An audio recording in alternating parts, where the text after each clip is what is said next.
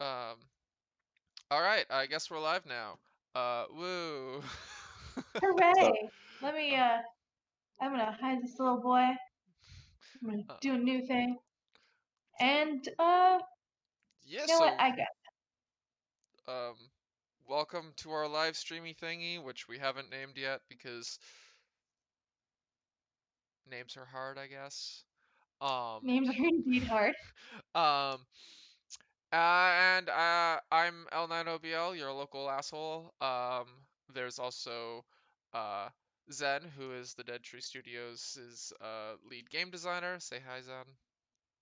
yo, And as well as Kastaroki, who's doing all of our wonderful and fantastic uh, Chimera art. There we go. That's the word I'm looking for.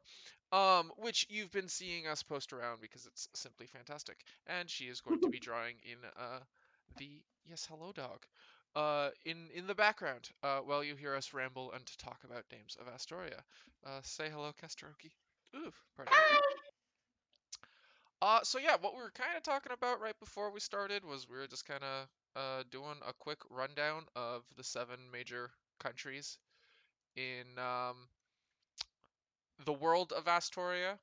Let me see if I can't actually pull up a map for everyone.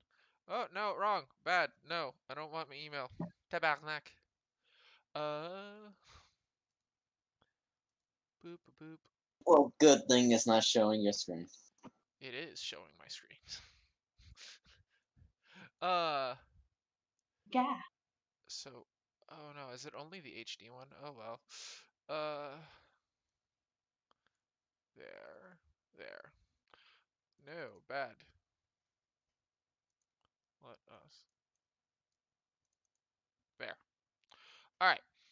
So yeah, All we've your got porn. yes, all of my porn is on display for everyone. And you know what? I should probably go Majestic. to Do Not Disturb. Um. So yeah, we've got 7 major world powers. We've got the Kingdom of Astoria, which is the human kingdom. It's ruled by King Astor. I want to say it's the third during the game release. It's the third or the fourth. Um, and they're relatively Roman slash Gothic in culture and cultural influence, um, doing just about everything. They don't really recognize the sovereignty of any of the other nations. They just they're like, Kingdom of Astoria is the one kingdom of the world. They just really kind of tolerate everyone else existing. Um, and that's where like the large majority of the known world takes place. We've got the Kant Empire, which is the Drider Empire. Was started by Amare Kant after the Slymemic Wars. She just kind of plotted over to that little corner of land south of that massive river and said, "Screw you! This is my land." And everyone who was roughly rather extremely disturbed with Driders and not wanting to fight her just kind of said, "Fine, I guess." Though it pissed off a lot of people. They kind of do the whole elvish thing and live in the forest with the trees. But they're also highly influenced by North African um culture.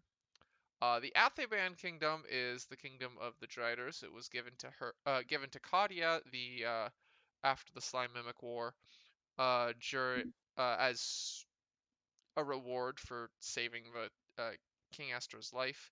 And it's a massive, massive, massive desert island that has nothing on it except desert, maybe a few oases. Um, so the snake people absolutely adore it. Um, and to their surprise, the all of that sand there is all high silicate sand, so they have an entirely export-based economy based off of exporting glasswares, um, glazes, raw glass for other people to make glasswares, um, and etc. And are very well known for their high quality glass and glasswares. They also have a magic academy or a magic university for studying magic. And that's that little Before you note. go on, Elna, Yes. What's going on in the background? What do you mean? What's going on in the background? What's The this drawing. picture? Yes. Oh, Yes. rabbit horse. Rabbit horse. Okay. Quick like a bunny. Are you Uh, going to give it flea hind legs so it can really truly jump? Yeah, I was just doing like some basic layout. I'm probably gonna like Mm-hmm. better like flick it out and make it more prominent. But just sort of marking out sort of where I want it to be and where I want the foot to land. Makes sense. That's really cool. Um. So yeah. Where was I? Athaban Kingdom, Snake People, Yep, Glassware snake people. Exportation. Um. And the Snake People really like it. Despite the fact that like the king and the humans thought they were just giving them very worthless, shitty portions of the kingdom. Um, then and their primary influence for culture is Persian culture. Then down in the bottom hand left we have the Harpy lands known as Tepeti. They don't really like have a whole unified country type, like they don't really view themselves as a country. They're isolationist and a small power unto themselves, I guess. But like they don't really have a name for their country, so most people just call them Tepeti, which is just a butcherization of one of their words for mountain. Because someone had once asked one of the harpies who visited Astoria, "Oh, where do you come from?" And she said, "From the mountain," in her language, and they completely mistook that as the name of their land. Um, they're very Mesoamerican in their culture inspiration, um, and worship like an old pre-war of dethronement demi-planar that survived, who's the like a wind elemental. And he kind of protects them from people coming close by dashing their boats against the rocks. And if not enough sailors end up getting shipwrecked onto their island for them to mate with, they tend to go to the other place, fly out to the other places and find mates and then come back. In the left-hand side, the pink one is the United Federation of Isles. They are a collection of city-states, both above and below the water. They're very Caribbean in their. Oh, it is such a fluffy horse bunny thing. Um, Again, uh, best comfort with riding. yes. Um, unless you're in the middle of the desert, then you're just gonna be sweating and chafing. Well, this is the oh, what is it called? The northern breed, the North, long-haired yeah, breed. more northern, because you have your fluffy northern Mm-hmm. like bunnies aimed for keeping themselves warm, and then you got like hares and stuff like that. Yeah. But don't worry, I got something for the Oh, day. you're doing a whole breed thing, like with the little slug box or slug box. Yes, yeah. slug bot. Slug box. With the little slug dog you drew Yeah. last time. Nice. So yeah, the United Federation of Isles, a bunch of city-states. They have a tourist slash export economy because it's a major thoroughfare between the north here, which is actually a pretty massive mining facility, and the main ports of entries down south. So a lot of sailors kind of pass by, and so they export goods and do touristy bullshit for all the sailors, and that's how they fund their economy. And the United Federation of Isles is a mixture of city-states, both above and below the water, in that general area. Then on the right-hand side, we have the Arthron Empire, which is all hive insects. So think like ants, termites, wasps, bees. Very like eusocial. So they have a eusocial type, almost caste-esque colony take on their culture. Um, uh, they're not inspired by any outstanding cultures, unlike all of the other ones. Which, if I didn't say it, the United Federation of Isles is Caribbean in their inspiration. But the Arthron, they don't have any major outlying. Um, Also, it would help if I actually posted the link that we were live. I realized that. Oh, is there no one there? There's a couple people. But I just also realized I didn't post it. Hey, listen. Considering we have over one person, I think it's a win. I It's a win. agree as Yeah, we well. got more than one person. Hello, people. Oh dear. Um, and so they're eusocial, very kind of hive first mentality, but also individualistic as well. Um, so like people can kind of move up and down the caste system depending on what they do or how they act or their position or whatever. They're very demifauna supremacist. Um, See, James says hi. See, there's someone alive beside Versal and myself. oh, I know what that is. Um, and uh,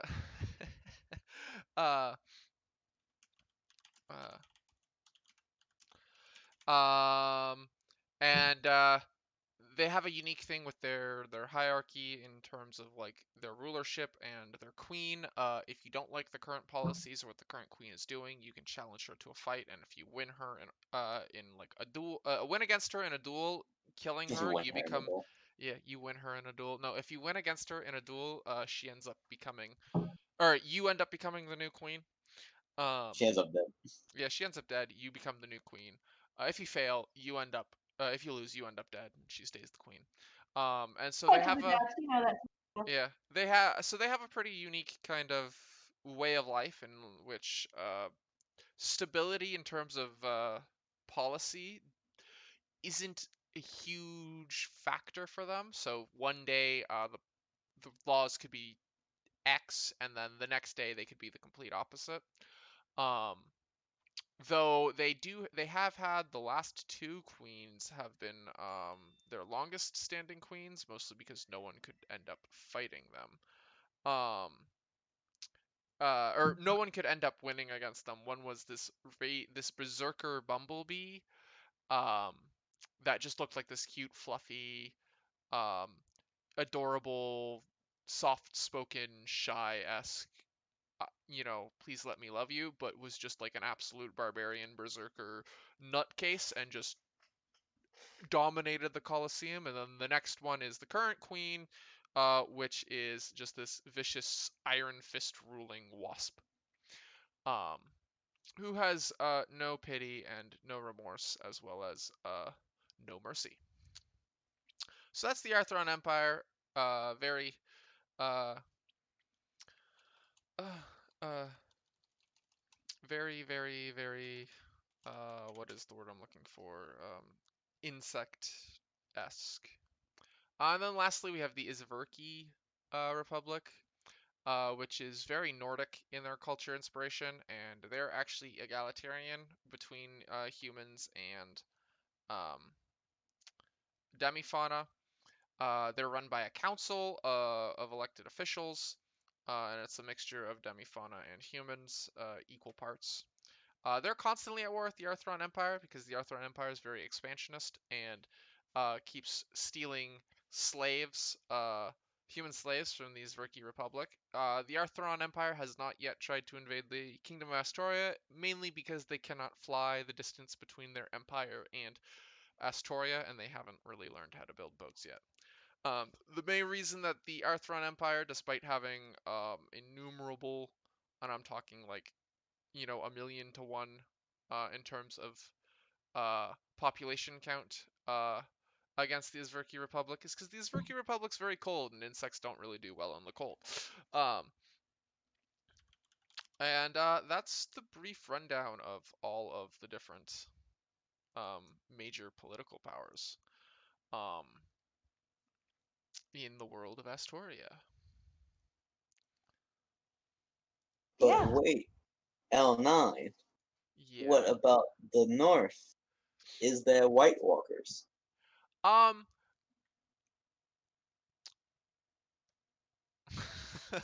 there are woolly Good question. mammoths up there.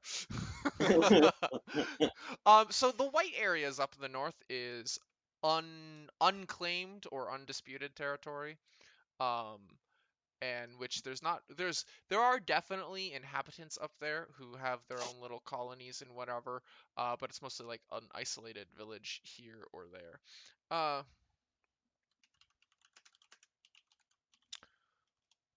uh, uh, so like it's certainly there are people up there, but it's mostly uninhabited. And the people who do live up there mostly don't um, have any form of government large enough to warrant anything more than a small city state, um, if that at all. Um, because it's the Great White North. It's the very super difficult and hard to live in and very uh, very harsh way of life. Between Also finding beyond food the and not freezing to death and not being brutally murdered by woolly scorpions, because oh god, woolly scorpions. yeah, and beyond that, there's just like mermaid enclaves, I guess you could say, just scattered around in the ocean. Besides the Mm-hmm. Federation of Isles. Yes. And I'm going to then delete that first post. Boop. Boom. All right, there. I've posted things because I got busy talking about it. So, still, that is a really cool horse rabbit thing. Can it run on water though? No, but you know what? I might make something that can. That might be the Terrifying. next thing. Might Um, focus on mounts of the mounts of the world. Might be my artistic focus for this show. Well, ooh, this episode. I like that. So I guess before we I guess dive deeper into maybe one of these cultures, um, what's the process you're going through for creating all of these really cool uh Chimera Castaroki? Because I'm sick of hearing So, myself talk, surprisingly. Can it at least breathe in water? so throughout my So childhood, I've always been like really crazy about animals. Like, heck, I was definitely that horse girl in school. Um, So you were broke, is what you're saying. um, I mean, I actually lived on a farm with horses, but um, I just loved animals. Like when I was younger, I wanted to be a zoologist, so I have like this massive repertoire of animals like in my head, and basically I'm just sort of spinning the wheel I usually mentally just spin the wheel and just like what would go together? Okay. Now have I seen that before? I don't think so. Okay, let's do that. I mean, it's more or less just mush two random animals together and just see like what looks good. Is so far my process as far as the creatures are concerned. Other than that, like I have like had more thought with certain creatures, just because I enjoy mechanics that are either uncommon or not commonly done together. Hmm. Like when I was talking with them, there might be a creature within the bestiary that does both grappling and poison. So you might want to look out for that. Oh yes, the tentacle hentai monster of doom. I mean, not typical hentai. I mean, has tentacles, but not that kind. it has tentacles, not hentai. Not tentacles. Yeah, not tentacles. No, wrong kind of tentacle. um. Also, James SJ 1978 is asking whether or not this mount runs or hops. It can do both. It probably does longer strides, more like a little bit more like how a dog would run, a dog or a cat, or if you have actually seen a rabbit run. They would tend to have more periods in the air with their stride. But they can both run and jump. Again, a sort of all-terrain vehicle, except all-terrain horse. That's cool. So they might not be able to quite handle. Well, I mean, again, it would be a case of they can't do water. They probably are not the best swimmers. They probably can swim, but probably not well mounted. And they probably couldn't jump too far, just enough to, I'm sure They're I'm like sure. lions and cats in which they could leap forward, not up. Yeah, they're more for a long distance. They're more for distance rather than height. Hmm. Now, what kind of natural habitat would you usually find them in? Now, for those, pardon me. For those not totally aware, during the War of Dethronement, in which all the demifauna fought God and tried to kill him, um, God tier magic was flying around everywhere, and so normal animals like rabbits and horses got magically slammed together in the aftermath. Those who weren't like obliterated and atomized ended up being the poor sons of bitches who got slammed together and magically fused. So most chimera are a mix of 2 to 5 different animals usually. Um, and thus there would be some that are living in different biomes that you would expect. Is this is how these strange uh, polymorphic animals came to be in our world, is magical nuclear radiation, I guess. Turns out the cockroaches weren't as badass as people imagined. um, but that doesn't necessarily mean that they wouldn't. Those that didn't die from being just a horrible manglation of flood-esque flesh blobs um, would necessarily stay where they were, or would not adapt or move elsewhere and find more better suited natural habitats. So they would definitely have biomes. It might not necessarily be somewhere where you're expecting, um, either because of an animal that has been fused in that you don't necessarily outwardly see, or just simply because of you know happenstance. But yeah, Hmm. so Castaroki, where would you assume that?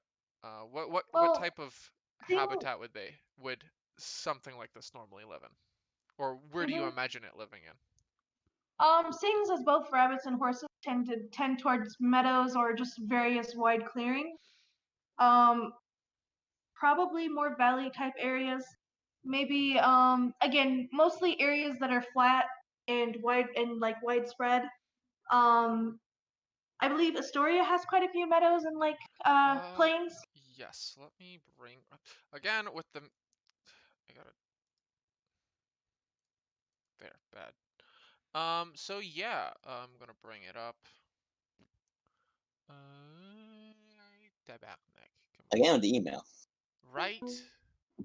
Um. So yeah, this is the world map with all of the biomes. The horn. Um. And why does my yeah. Why does my Steam keep uh popping up those messages? So yeah. Uh. You can see all the different biomes. In which like the brown-ish areas are deserts. The yellowish are more plains. Where the the kind of leaf green is more um, mixed forests. So think like New York, Ontario, Montana, where like this kind of different shade of the slightly lighter shade of green is boreal forests. So um, think more northern Canada, Quebec, top, north of Manitoba, that sort of thing. Um, and the dark greens being um, jungle. like rainforest-esque jungle. That there's also this yellow here, I believe. Yeah, it's a slightly that's plains, and then this very light green here is Mediterranean. So Yeah. this, oops, if it will go back to normal. There we go. So, oh, and then obviously white is snow, and then that brown there is just craggy rock.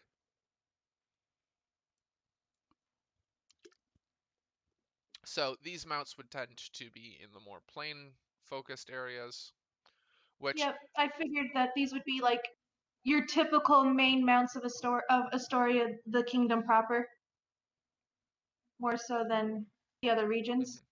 oh, also this light um, pinkish orangish area that is Savannah or Savannah Mm-hmm. or whatever. Yeah. Um, the map that we saw as a poster has a legend and a key in it. So,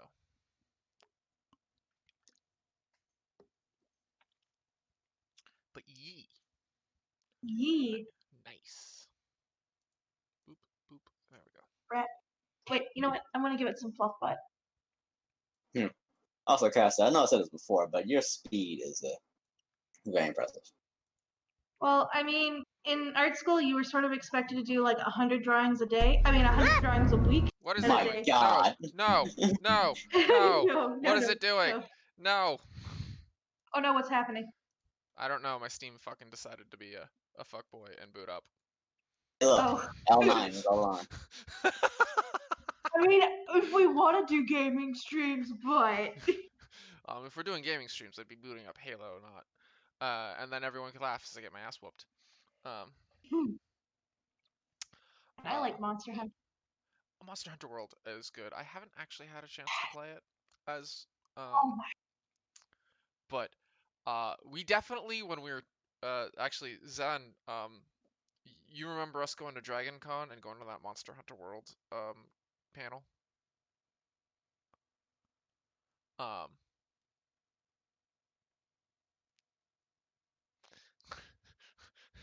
uh, and then silence, because Zen is like, no, I don't. Go fuck yourself. Yes. Um, uh, yeah, that was I remember that was kind of a big influence on our approach to doing animals, wasn't it? I know we had decided we wanted to do Chimera before then, but Mm-hmm. It helped. it helped a lot because they talked about like what they went through designing animals and like all the monsters in Monster Hunter World, like the whole design process and thought process behind all of them and how they affect the ecosystem and the ecosystems they're in and talking about like the different things that go about um, like affecting what hurts them, what doesn't, uh, and like like oh blacks things that are black are hurt by water or whatever because they have the color coding system, but black is keratin. And if you know Mm-hmm. anything about like so they put in a lot of like real science, not necessarily like accurate science, but a lot of real Mm-hmm. science to really help build up um, that suspension of disbelief and make the Yeah. world as 3D and as realistic as possible. Because I mean, it's a fantasy setting. Of course, there's going to be things that don't fly, and you can definitely smudge things and go, it's close enough, people. But when you put in that effort to make it as close as possible, and not just kind of go, eh, it's fucking it works. Just think it works, and like you actually put in the detail of how it Yeah. works, people fall in love with it. It makes your world seem that much more Yeah. real and detailed, and it's so fucking cool. Speaking Yeah. of, Monster Hunter is like a real inspiration. Like out of the video games to play as far as like getting like ideas, it is a great game to play. Your so Caster, favorite? about these 100 pictures you had to do a day in this Iron Will School of arts crafting. Well, not 100 pictures a day. It was a week. Luckily not 100 pictures a day, though. I did have to complete a project that was like 50 pictures in like I think like 50 like fully rendered pictures in like 3 days. Hmm, that is a lot. Yeah. Well, I mean, they were preparing you for the amount of insane crunch you have to do in like Yeah. the media arts and animation field. Like, in Yeah. case you guys are wondering, like, oh boy, it can be tough. Production art is. It's got a lot of unique challenges that a lot of people aren't necessarily aware of. Yeah.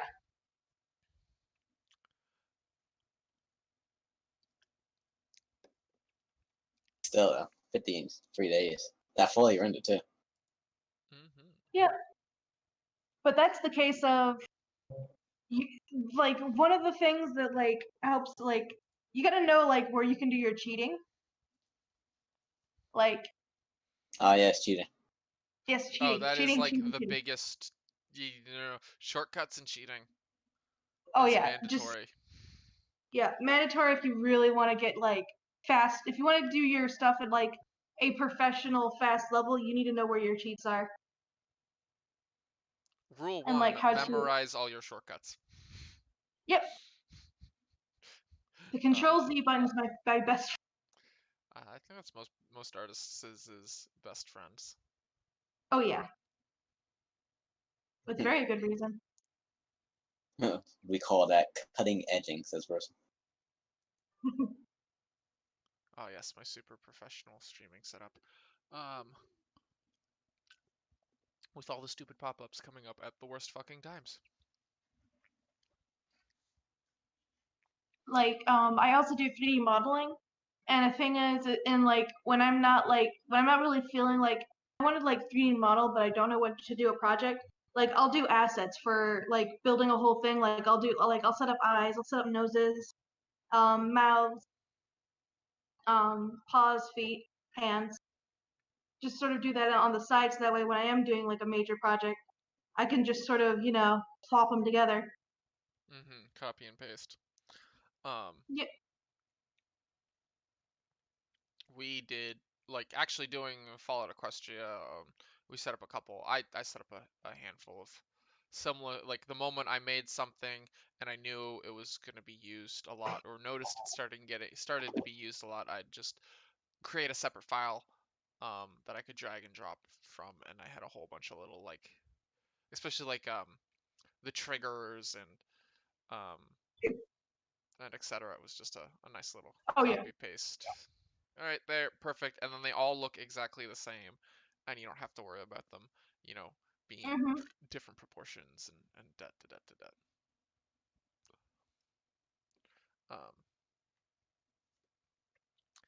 It's definitely nice. Yeah. So tips for artists out there: don't be afraid to make assets to plug into your work if you know you're going to be using that asset a lot. hmm Even using like assets that you make on your own time for like professional work you do, whether you're freelancing or working, um, for part of a company. Depending on your company, I would be careful about your own personal made assets. Yeah, because they might try to claim that. hmm Um, but definitely for doing freelance work. Now, obviously, the work that you put the asset into belongs to the customer, but uh, the actual asset that you keep, that you made beforehand, gets to be yours.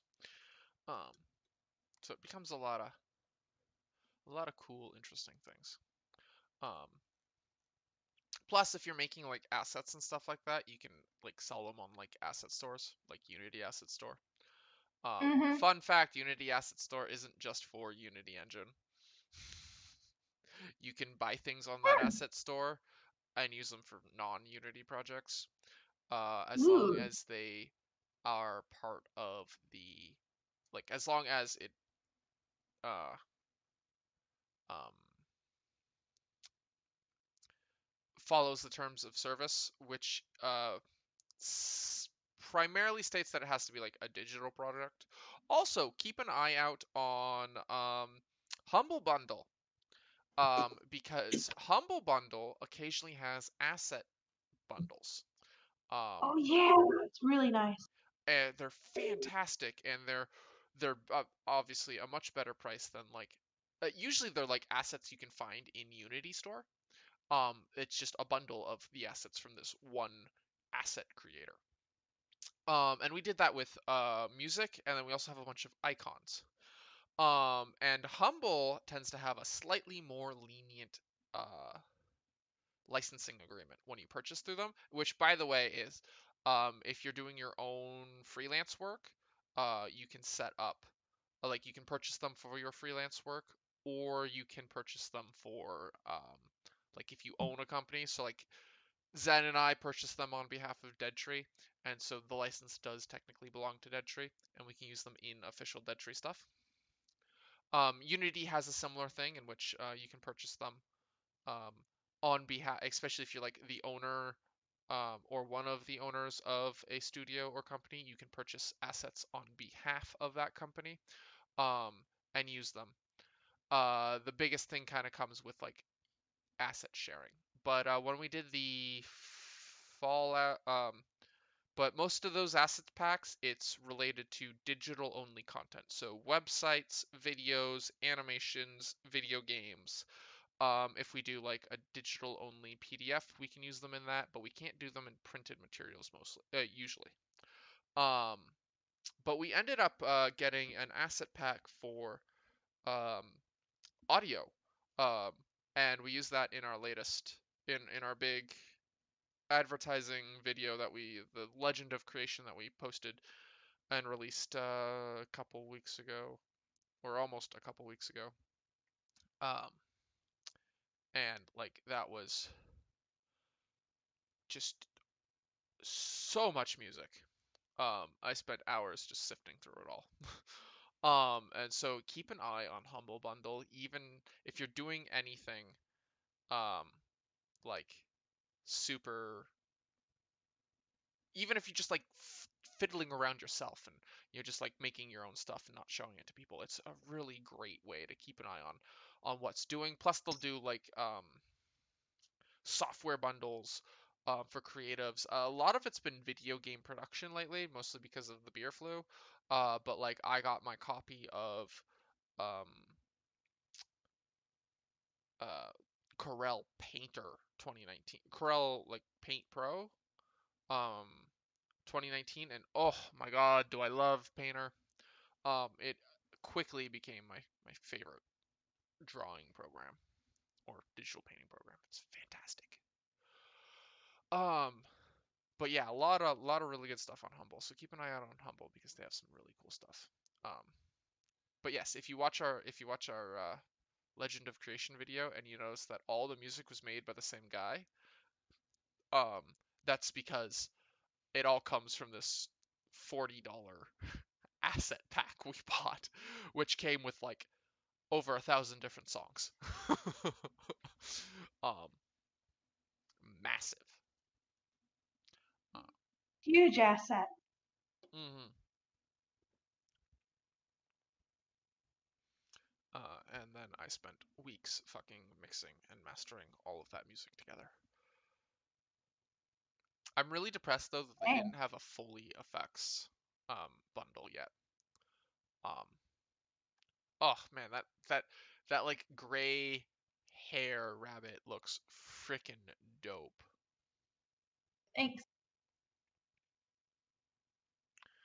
Um, so yeah, definitely a pro tip. Ugh. Now then, I guess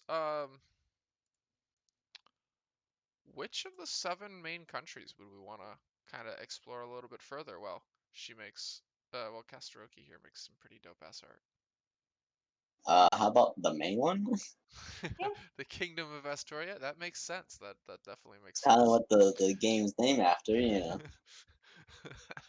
Actually, no. How about we go to this fucking left north, uh, great blob up here. Let's talk about that for about like half an hour. sure, why not? So it's a giant plain. It's filled with nothing. Yes, Versal? Do the one on the bottom right. Oh, the one that doesn't have any name? No. The one that's obviously colored in and not plain white, demonstrating that it has no political affiliation, but doesn't have a name and doesn't have a color that matches any of the other ones. No, we're not going to talk about that one. Um, you'll get to learn about that one later. What are you talking about? We're never going to talk about that one. No, you're right. It's just there for show, nothing else. It's just there to give visual balance to the art piece. Tell us. Um, Okay, long ago in this land, an ancient god called Aku. Oh dear. That is where the adventures of Samurai Jack happen, yes. All right, so yeah, Kingdom of Astoria. I guess, Zan, why That's a don't good you? start. It is an excellent start. Zan, why don't you start with Astoria? Alright. So, for those of you who don't know, the humans are mostly based around, if you missed it from the beginning, based around Roman and Gothic style / culture. And the Kingdom of Astoria was actually named after King Astor, one of the humans. His domain, let's say, after the subjugation wars, is technically well, it's off now, but it's technically that whole landmass, even though humans can only inhabit about like 40% of it safely, I should say. Not that they can't go anywhere. It's just safety is always an issue. Mm-hmm. Anyway, there you go. Yeah, that main middle last minutes there. Mm-hmm. Well, it's two land masses technically, because they are separated by a waterway, but I mean, if they're connected someplace, I call them one. I don't think they're connected. I'm pretty certain you can't really see it without me like zooming in, and this is like a 16K-esque like quality photo, so that's why it makes my computer lag every time I open it, because it's just an Screenshot, absolute. nigga. Do you use it? Pardon? I said screenshot. Do you use it? Well, it's just mostly zooming into it, Hmm. and zooming out, because I can open it really no problem, but the moment I start zooming in, it starts to lag because it's got to load all the data that's in it. Um, There, yeah, okay, so yeah, it is separated by, whoop, there, whoop, by a little bit of a waterway. So it is technically two land masses. The tips touch, so it still counts. So, Versal to ask, no, they don't touch at all. It's not even just the tip. There is an actual clear division. By a hair's breadth. I mean, considering that hair's breadth is at scale, pretty fucking massive. And Versal, to answer your question, is that the entirety of the world, or is that more just a map of that country and surrounding lands? So technically, it's not the entirety of the planet, that's for certain. This is about a quarter of the planet. However, this planet currently, before the subjugation wars, had a Pangea-esque continent, which you can sort of see in the Legend of Creation video, which hilariously looks like a guy eating a thing. um, and um, during the war, it got blown up to shit, and large portions of it got evaporated or transported elsewhere, or swapped around. And so this is all of the land mass in the world because, like I said, it was one giant Pangea. But to give you a sense of scale, the top here is the North Pole, and then about here is the equator. So that's one entire quarter of a planet for the most part. One entire like quarterly hemisphere.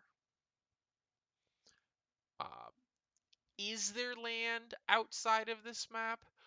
Chances are no, but we haven't shown the entire planet, so I might be wrong. But this is the entirety of the known world, and it is like the size of Europe plus. And there used to be a lot more land. There used to be like 2 or 3 times as much land. It just all got blown to smithereens in a war against God by a bunch of filthy monster girl heretics. So yes, the main plot of land there is the Kingdom of Asstoria. Hey, L9, there wasn't all monster girls at the time. There was monster dudes there. You're right. You're right. So The there was dem monster patriarchy, people. obviously. So Yes. it's obviously the male's fault. Of course, that's why that's why God cursed the demifauna to only ever birth women, because he was wanting to fight the patriarchy. See, progressive.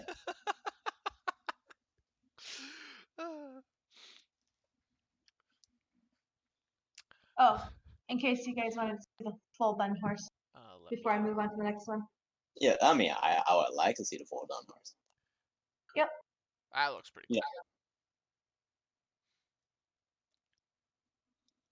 Oh, And yes. of course, I'll post it. I'll send it over to Zen and L9 to throw up everywhere. I shall name him Bugs. Bugs. What's up, Yeah, Dak? What's up, Dak? So what I'm hearing is it doubly likes carrots. Oh yeah, definitely. You can ride him to Albuquerque and back. But you can't go past Albuquerque because it'll always take a wrong left turn.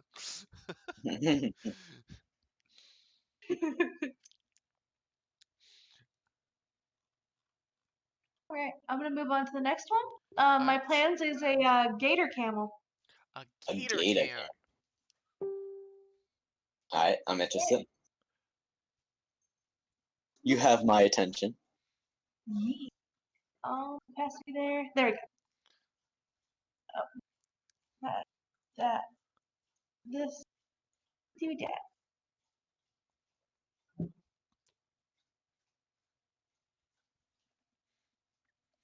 Uh, Versal wants to purge the heretics. So what I'm hearing is that you're a human supremacist, Versal.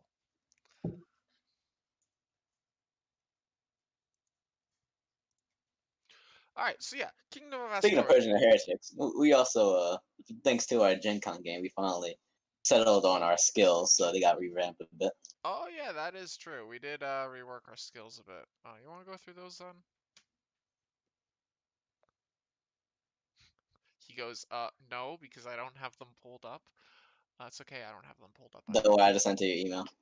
You just emailed them to me? Great, now I have to pull them up on email.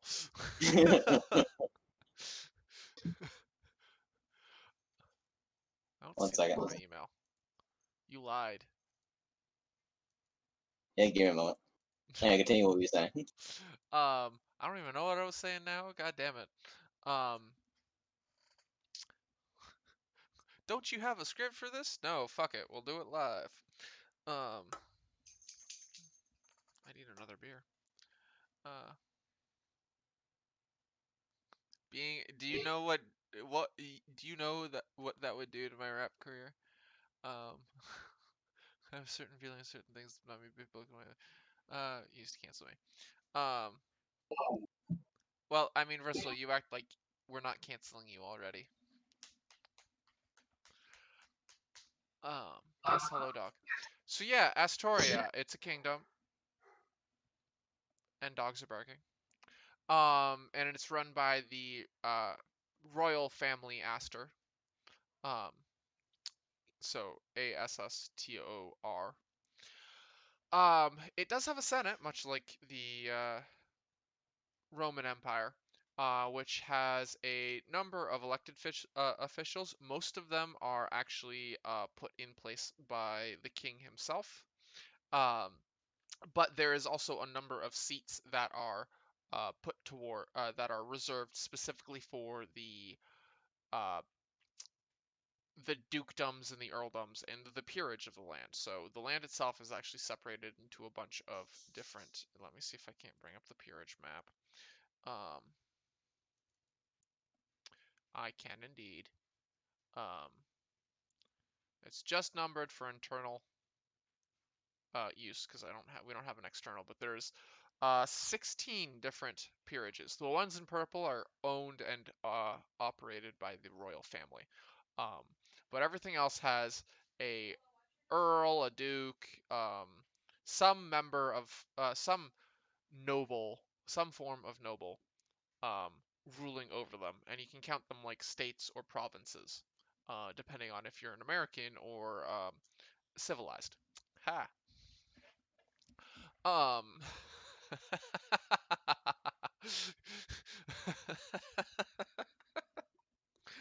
uh. Listen here, you little shit. Uh. And so each of these states or provinces, the noble behind them has the right to elect a representative to the Senate to uh, vote in the Senate based off of their county's um, interests. Um, Usually it ends up being like the viscount, um, or like the son or the daughter of the ruling, um, like of the nobleman or noblewoman. Um, but sometimes it's an elected official or just someone chosen on that's not their son or their daughter. And other times, that elected official is the nobleman themselves. Um, but they all have their own little kind of micro economies, and their own exports and imports. And we have some very long, detailed lists where we wrote up everything, and we'll go into each different um, county later. But so yeah, there's a Senate which deals with most of like the day-to-day political stuff and the ruling. Um, and we don't have a whole lot of the major like cities and that kind of put down on the map yet.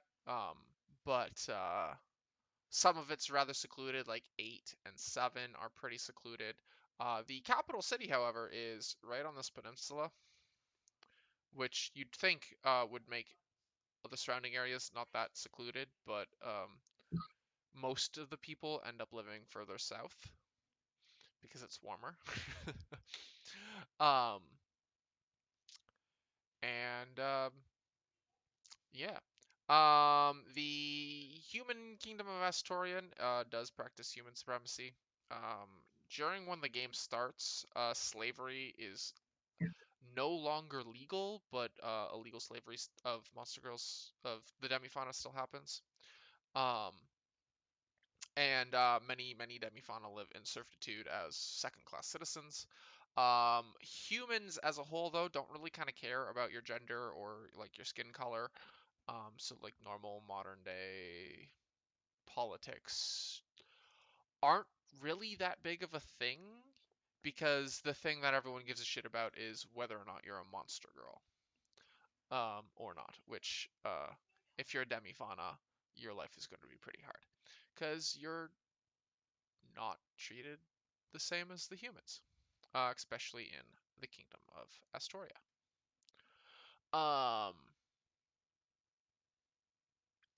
they do have a Silk Road. It's mostly actually handled by the centaurs who go and travel around. They have I'm forgetting the name of their city, but they have like a major trade hub in the Horsehead Peninsula. No, actually, I know how I find it. I find it because it's right here. near this lake here.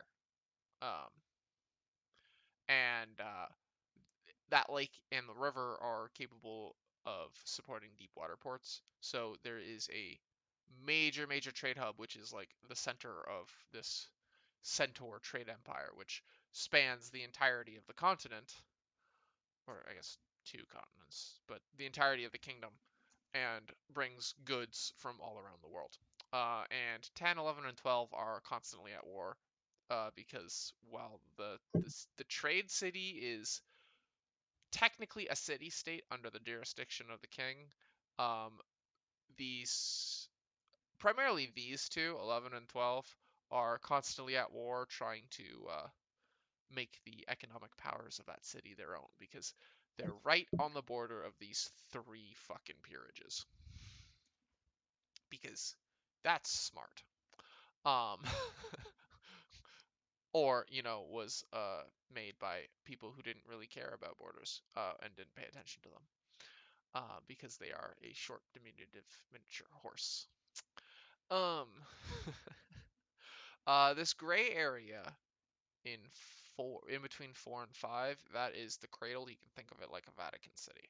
It's where it is the not the political, it is the religious capital of the world, and it is the Zaquarian religion that kind of has their capital city there, in between three major mountains.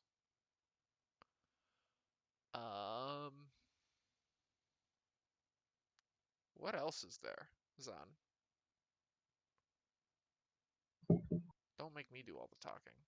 I mean, I enjoy it, but don't. Okay. Besides racism, there's roving gangs, Yes. the shards. The shards, what are they? Oh man. Okay, so the shards are there was the slaver gang. Oh, you're talking the big one that we made. Oh, no, wait, the slavers. We didn't make him the king of the slavers. We made him the king of the underground, not the king of the slavers. Ooh, don't make this boy fluffy. Oh, fluffy crocodile. Sorry. I was looking up like camels to for reference, Yeah. and I realized the one that has the two humps is like extremely fluffy, so I'm gonna go with that. Hey, a fluffy crocodile works. You could also give it feathers if you want. Throw in a third animal. I could. I think that'll work better. I think Just that'd be cooler too. Like it'd definitely be a Yeah. little bit more reminiscent uh like some dinosaur type stuff, and I think that might be Yeah. cool. I could do some feathering on the top, like have a crest instead of like a typical typical things. Maybe form the tip of the nose into more of a beak. And I That'd could be probably cool. make the hose a bit more bird-like. That'd be fucking cool. And it definitely give it leeway for making it like a bit more of a running animal. Mm-hmm. Um, Alright. And actually I was wrong. The shards wasn't the slave traders. The shards was one of the more powerful gangs okay. in Asstoria. The underlords were the slave traders. The underlords of the slave traders. Gotcha. Okay, so it is Yusuf who's in charge of the shards.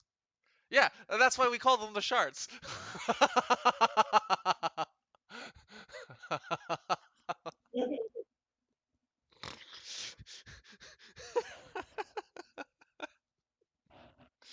And Versa be dying here. uh, that's all right. It's not like we enjoy Versal's company anyways. Mm-hmm. Um, Oh, I finally pulled back up those skills. yeah. Going back around to the skills. What are the skills we have? Alright, so the skills are broken up into 1, 2, 3, 6 skills per 4 categories. Hmm. So let's Which start are with those going on like categories. warrior. Oh yeah, so we have 4 base classes or disciplines as we call them. which are basically the warrior, the rogue, the mage, and the healer or cleric, acolyte, what you want to call it. Mhm. And each of them are used to base the skills off in the system because everything is more or less those fundamentals. Mhm. So like the warrior skill set, it's not called warrior. Like just because if you pick a warrior disciple doesn't mean you like keep these skills. You can take any skill from any other section, like from a mage or this healer or whatever. It's just that as you level up, you can choose to take this discipline. Mhm. And let's say you want to be a warrior, like full warrior, you can be full warrior, just take all warrior skills. But you say you want to be a paladin, you take some warrior and then take some healer skills. Uh, and you could be a paladin through taking their discipline in the future. But anyway, but they're not required to at the beginning for anything, so you can just use whatever you want. So anyway, so as I was saying, the warrior has 6 skills, and it is unarmed, athletics, survival, leadership, great weapons, and smithing. Uh, Unarmed is obviously punching, grappling, anything that deals with base unarmed damage or unarmed like special abilities if you so have them, like Lamia's coil, stuff like that. Mhm. Athletics, the ability to run, endure, perform like Olympic feats, stuff like that. Survival is general knowledge of the areas, navigation, what have you. Leadership is actually supposed to help inspire allies and falter enemies, as well as like obviously rally armies if you ever get to that point. Great weapons, same thing as unarmed, but for great weapons like claymores, two-handed great swords, hammers, stuff like that. Smithing is the repair skill. We use to repair armors and weapons, objects, stuff like that. Under your mage section, you'll have Arcana, which is basically your lore, spells, and magic. History, that's pretty self-explanatory. So your worldly knowledge and stuff. Alchemy for making brews, chemicals, potions, etc. And enchanting, which would be for creation of items and learning to figure out enchantments for those items that you can use to be, helping you out when you absolutely need it. Investigation, that's sort of like your insight or search ability you might find from D&D. You can spot and find inconsistencies in the world. Mhm. You can also use the research. If you like saying in like searching a library for a specific tome, you say I want to roll investigation, and you find it's on the E. Ah, awareness. It was under E. Staves or staffs or pole arms. It's basically the same. It's your weapon skill for the mage section. Allows you to use different pole arms to attack. And for the yeah, okay. And then you go to the rogues, which have perform, which is your bluffing, lying skill, making money skill, mercantile, obviously barter, you don't get that money for yourself. Persuade, for negotiation, you want to be a face. Streetwise, that's going to be our all-in-one thief skill for lockpicking, pickpocketing, and sneaking. And small weapons, but still with daggers, short swords, and the like. They also have ranged weapons, which obviously deals with crossbows, bows, yada yada. Natural thrown weapons as well. And you go to the acolyte class or discipline, which has empathy. You can feel, tell what's going on in the area, see if something's like wrong, just with some person's like through someone's speech or how they're acting. Medicine, which is your healing skill. If a monster got stabbed twice, you heal them up. Religion, obviously knowledge of religion and religions and rites and rituals and such. This one's my personal favorite is interrogation, which deals with gathering information and intimidation of other things.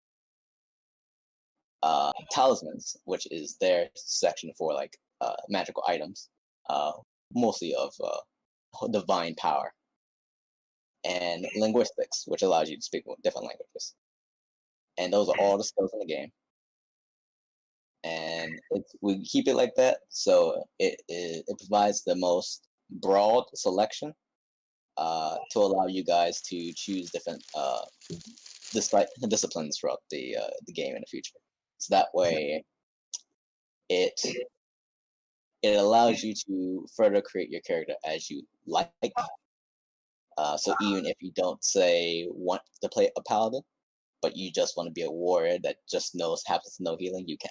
You know, stuff like that.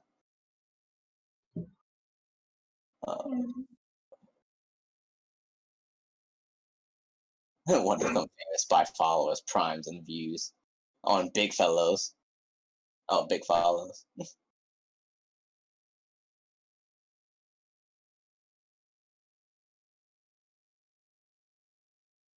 Look, we're getting so famous, we got bots. Yeah, exactly. Gotta ban our bots.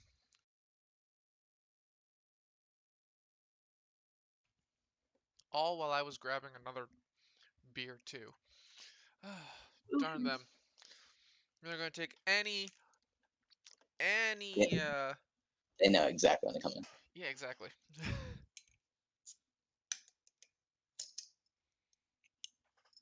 Oh, wait, there's just cracks in the fluff on the front leg. And then it just sort of ends.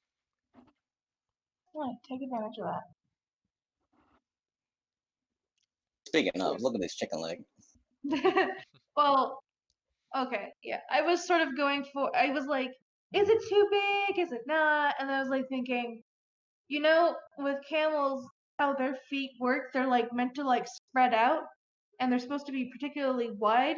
So that way, when they walk on sand, their hooves don't push through; they stay on top. So I was trying to go for like something that can actually widen out enough to properly, keep them on top of, or swim if they like do a bit of swimming if they need to. I don't see them as particularly fast water mounts, but I feel like they could at least travel upriver without much issue.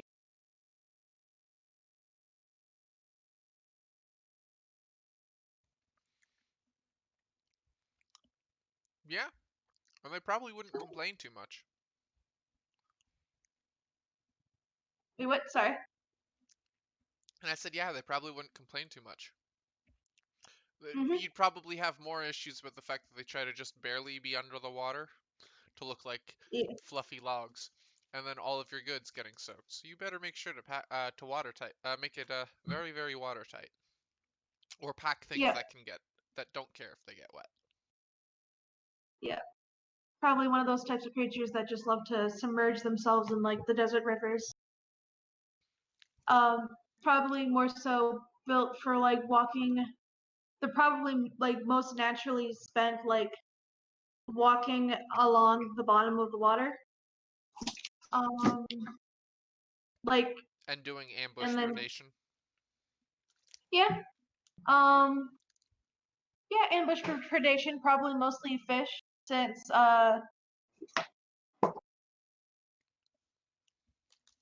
they have the more fish hunting type of beak. Well, I mean, it can be either, but yeah, it something. Yes, they could also possibly be omnivorous. So they probably don't eat vegetation too much. Hmm.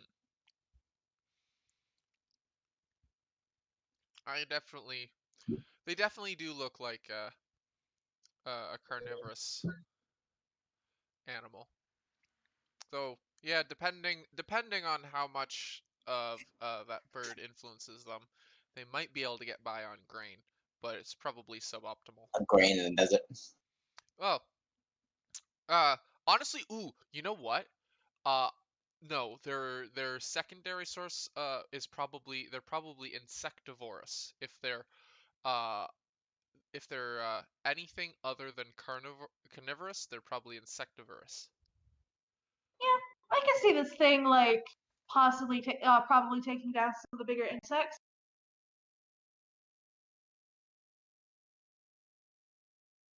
The battle hump. Now here's the Yeah. question. Do these things have the regeneration abilities that crocodiles are relatively known for. Hmm. To an extent, they wouldn't have it as much, but their ability to heal and their lungs, like their constant, they constantly. I feel like they would be the type that would constantly grow throughout their life, Hmm. and would be they would be just your general hardy animal. They're better for. They can't handle the cold whatsoever, but they're really good for your more for your tougher desert and tropical transportation. Yeah, as long as you don't get your hand bitten off. That being Just said, don't. though, is if they're being domesticated, that means that there are definitely breeds that have been selectively bred to be more less aggressive.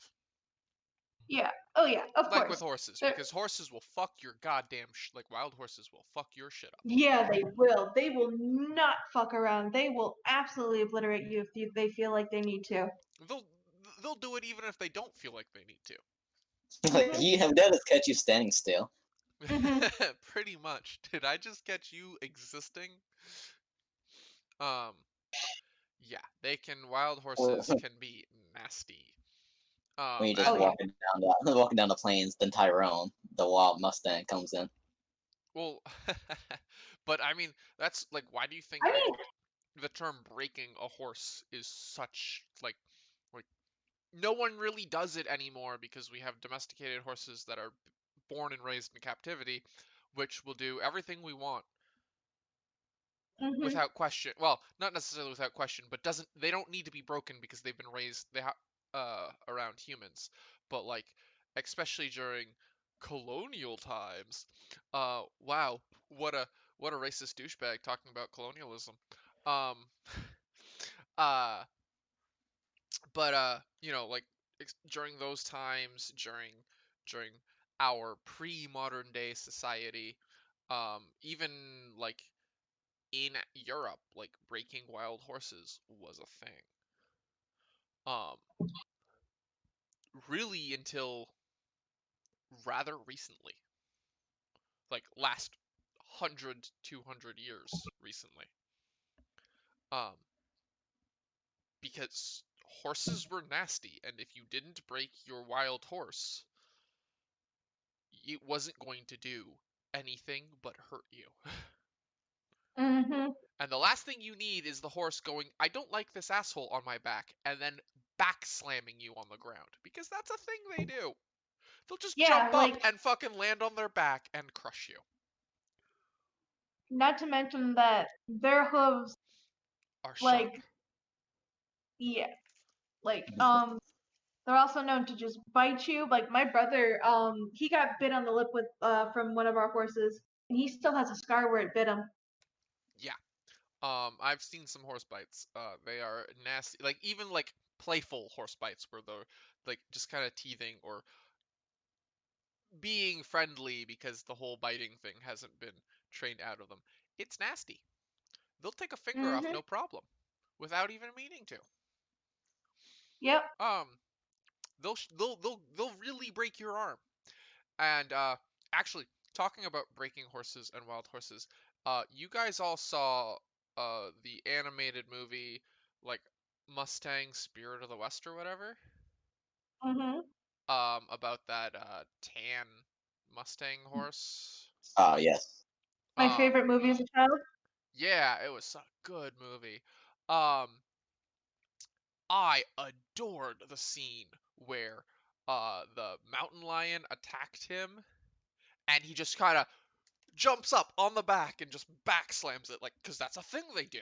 However, Oh yeah. that mountain cat would be dead. That Yeah. was just the one thing. I know it's a children's story, so having a mountain lion become paste isn't really a thing you want to show kids. But He's like he's on top rope. that cat would not be alive. Um, which is why the predators of buffaloes, horses, and other equine-esque animals only went after the young or the old. Yep, because the younger the sick. Otherwise, yeah, it wouldn't end up so good for them. nope.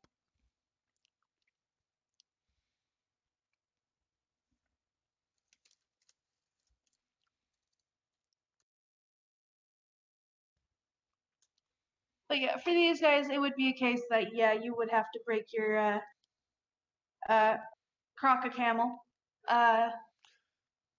or whatever we decide to call it. Yeah, as much as I love what Avatar: The Last Airbender did with like a lot of its animals and stuff, I don't want to follow their naming scheme in the slightest. Yeah.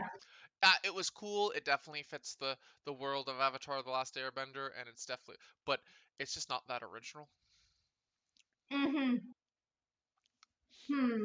And like it's the same thing. Like I like the fact that they made the joke where they're talking about not King Boomy but the other Earth King's his pet bear, Yeah. and they're like, what do you mean pet bear? Do you mean platypus bear? Do you mean, because like regular animals didn't really exist in Avatar? That obviously they did, because for because Roscoe the bear exists, but everyone's like, what the fuck is Roscoe supposed to be? And he's just a normal bear. But those type of animals don't really exist in this world anymore. And while they did exist originally, uh, call it a cromel, crocodile camel. That's not a bad name. Problem? Yeah, that works. Yeah.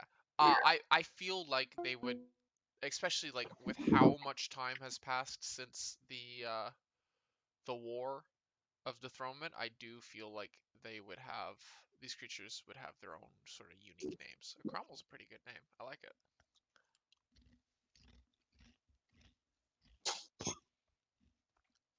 Just so that way we have it. Hmm. There we go. Crawl.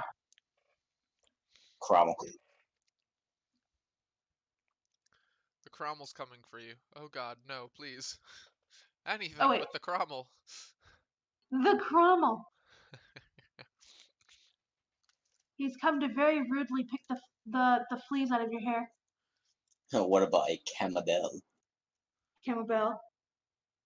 A It sounds Cramodile. like feels like a wait what? A Cramodile. Cramodile.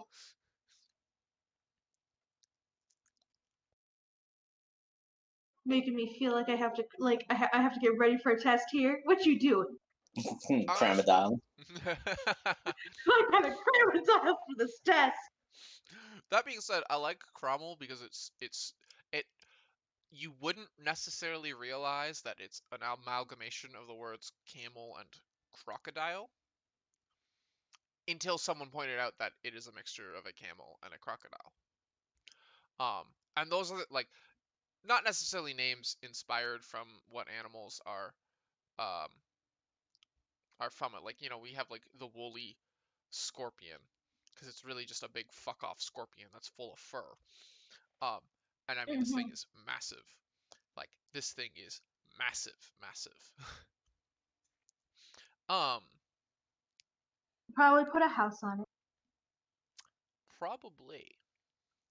Um, but names that definitely don't necessarily make you realize what animals have been forced into.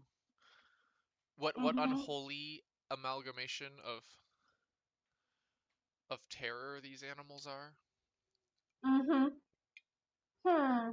I definitely like names like that. So like Cromwell is definitely a good one because you don't necessarily realize what the derivative is. We're like, Especially people looking at bird and like, yo, what is it? And it's like it's yeah, a crocodile camel. Like, what's the bird then? Don't worry about Don't worry about it. an Don't ostrich worry about probably. it. An Huh. ostrich. it. I was going for like a flamingo vibe. Flamingo works. Flamingo works well too. I It see can be more Dodo. whatever. Yeah, dodo. It Yeah, doesn't Terror dodo. matter. bird. Yeah. Could totally be a dodo bird. I mean, they could probably totally just be like not the brightest of creatures. Because I mean, They're probably efficient, very, very effective at what they do, but probably not that bright. I mean, it's covered in scales and has like water retention, so I think it's like pretty good on survivability. Good on survivability, but I mean, Oh, like, it needs training it's probably just going to be a pain in the ass. Well, the way I'm looking at it is this creature is extremely great on survivability, very self-sufficient, and then doesn't really have a whole lot of predators it cares about. It didn't need to be smart. It just needs to be Exactly. vicious. Um, it can smell water. It can uh hunt. It can store water and food as fat in its humps, and it can just kind of Mhm. fuck up your day. Because it's Mhm. got those big fuck off bird feet, so it doesn't just have to bite your face off, which I'm assuming it's got the biting power of a crocodile. It can also kick your Oh yeah. chest in like a fucking ostrich would. Yeah. Could be a case. Oh. Hmm. I mean, just in general, yeah. It could just like decide that it just you're just being like you're pissing it off, and it just like kicks you. Like you're pissing it off, and it's like and you're like behind it. Probably more dangerous than actually being in front of it. Yeah, like, kind hey of. guys, let's make a mount. It makes the most dangerous creature in the game. All right. I need like like humans have used elephants as mounts, and I'm just saying. Yeah, that's fair. Yeah. Speaking of, speaking of which, I probably should make like an amalgamation of an elephant and something. Zen, weren't you Something. suggesting like an elephant and an elephant snail?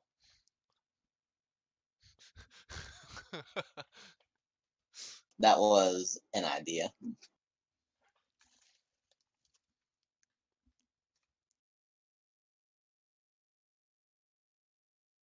Hmm. Could just go elephant and whale too. That My would be God, interesting. These a things true Leviathan. like a true leviathan, but like a peaceful leviathan. Probably one of those things which like Peaceful the merfolk Leviathan, unless you're a douche to it, because it never forgets. And so it's like it's very very long lived, and it has a list of grudges that would make most dwarves jealous. exactly. And could be a case that it's for like villages could be on top. Like it could be one of those things where like yeah, whales tend to be like usually surface level, and they tend to be fairly smooth, slow moving. No, it Could could have be a village of mer people. yeah, it could house like a small village of mer people. You know, some of the more nomadic ones on top of its back. That kind of treat it like a god. Yeah, And have and this like feed it weird very well. symbiotic relationship with it, not unsimilar to like not cookie cutter sharks. A lot of like bottom feeders that kind of live on Oh other yeah, yeah. bigger animals. I'm forgetting the one that's prominent for this, where it just and they love living on sharks too. Yes, because they eat the things that sharks leave over. They eat the things that sharks leave over, and they also eat all the things that get stuck in the shark's scaly, like toothy skin. Yeah. Um, so yeah, it's essentially this weird symbiotic relationship between this Leviathan-esque creature and this village or tribe of mer people. So that's totally what you're drawing next, right? Oh yeah, I totally think I'm probably gonna draw next. Might be fun doing a city. Like doing like a little village creature type deal. Hmm. It's like populated by mineral girls. Now here's the question though: is how would they find mates to keep it populated? You know how like cruise ships just go to ports? The world just gets close to a The port. whale just says, "Fuck it, I'm a go dock." I mean, it could work that way. It could totally It work could that be way. that a large portion of this population are like essentially siren-esque mer people.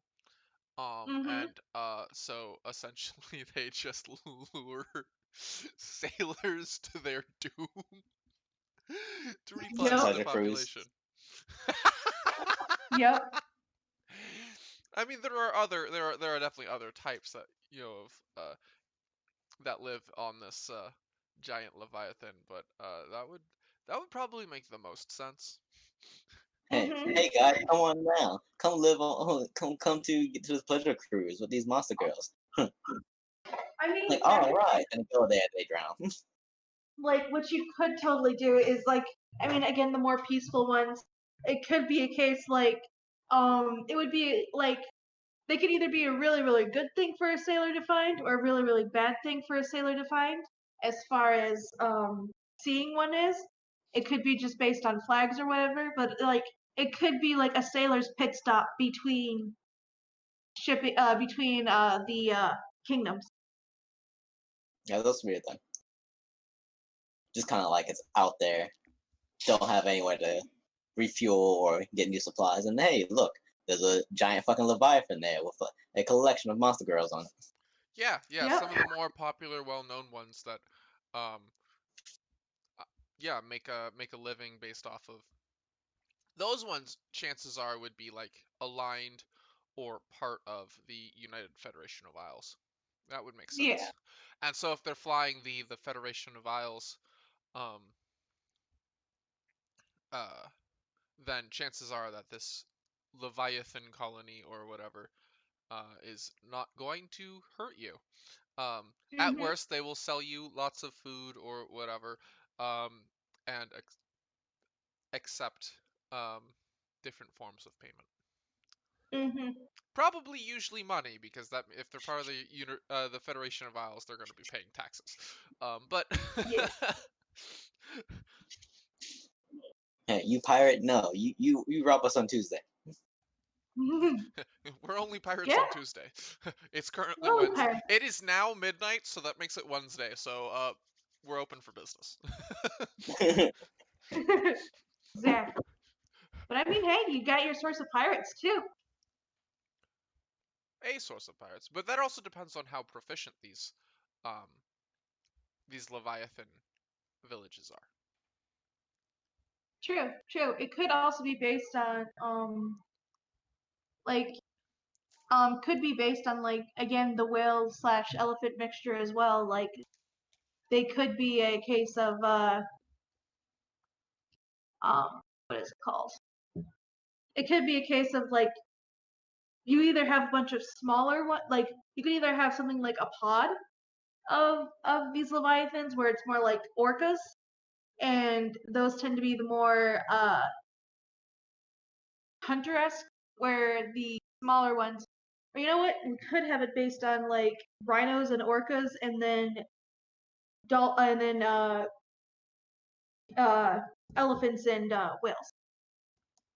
But rhino orca mixes wouldn't necessarily. I mean, they'd be big, but they wouldn't necessarily be having a No, village not near you. village big. No, it would be more like, if anything, like They would be a like a seamount. little.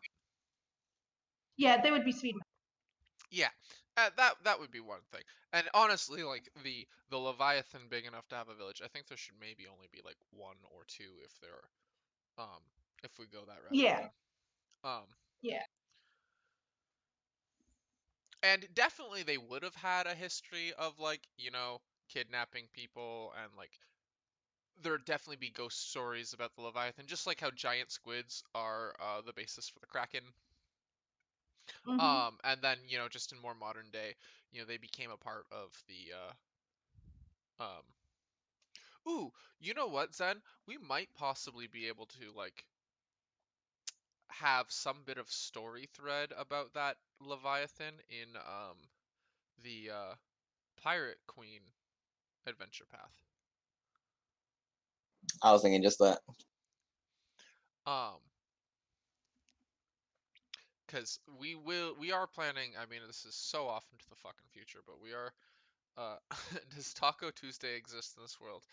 Um, I don't know. Do tacos exist in this world, Zone? Well, all the girls. I mean, technically. Oh, I mean, there was like. No. You're thinking of Fish Taco Friday. You're right. I mean, technically, I think. Mm, if I remember correctly, please don't be afraid to correct me if I'm wrong. I believe Mesoamerica did have the means of making corn-based bread products. Yes, I mean their whole thing Well, was corn. maize-based bread Yeah. products, but yeah. Yes, and So technically, um, like it is possible to make a taco. it is possible to make a taco, and I mean, tacos were sort of essentially started by Mesoamericans. I mean, as we know it, because I mean, keep in mind, like Mexican is essentially the modern day version of Mesoamerican cultures, Yeah, plus all of the um, yeah. all of the what's the word I'm looking for? Interference from the Spanish. Yeah, them looking for that city of gold hmm and just like But it money. turns out that the city of gold was were the friends they conquered along the way. I mean, not wrong. Question mark.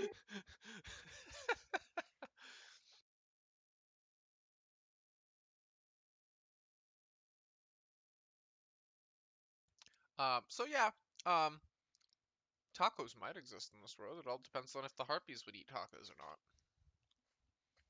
Fish tacos for sure. I mean, they do like do grains and stuff. Like, um, they definitely and they eat fruits because Mhm. demifauna are um, wrong layer. Um, Yep. demifauna are omnivorous, even if they're based off of like carnivorous or herbivorous animals. Ooh, pardon me. Um, so like, you know, it's very possible for them to like the harpies to have diets that birds wouldn't have. Hmm. Hmm. Oh gosh, Very got the quesadilla. hiccups.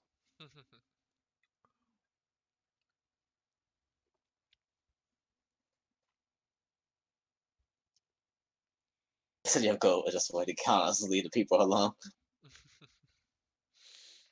El Dorado. It's like, yeah, let's say you go that way. Go there. Yeah.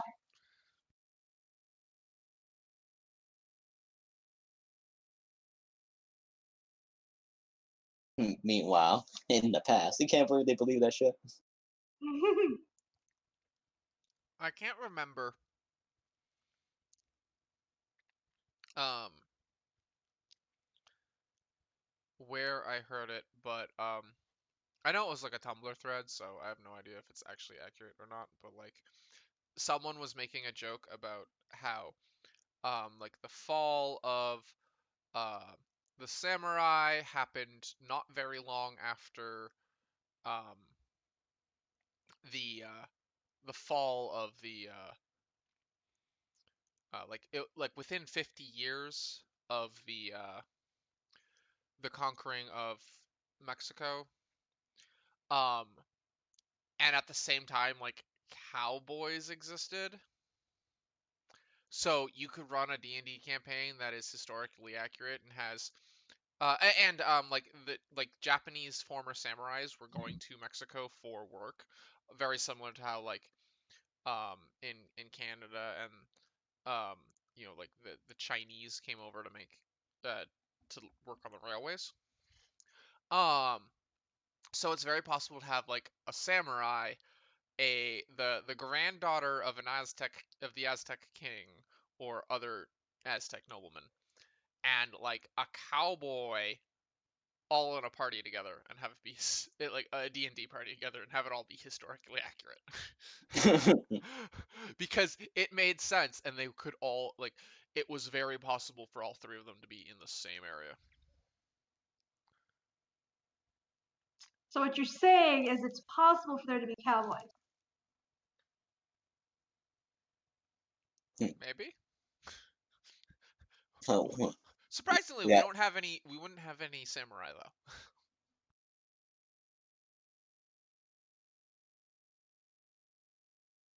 we're We strictly the lack of katana here. lack of katana here. We are weebs, but we are not weeaboos. Now you Also, must find that funny to have a running a Masako game with no Japanese influence. yeah, with that has very anime-esque artwork and like no really other major Japanese cultural influence. Hmm.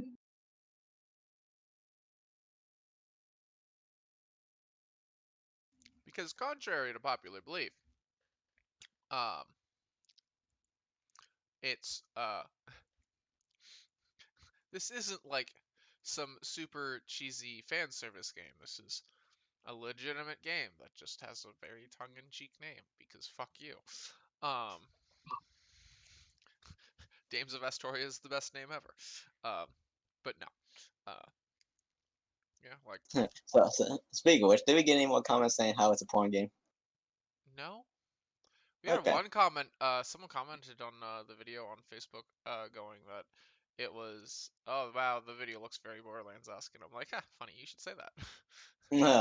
D- Dave Sisk worked on the intro animations to Borderlands 2 and pre-sequel. He's a boss. Indeed.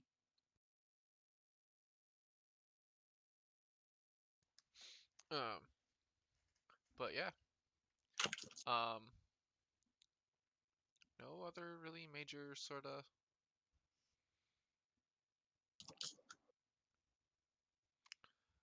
So we have more of a Comments. Western world type of theme with Dames of Astoria.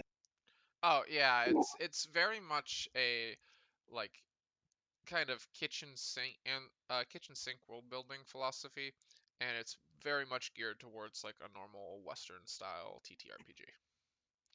Hmm. We're just, instead of making it all one uniformly culture, we're just or like really essentially rebranding your standard fantasy RPG with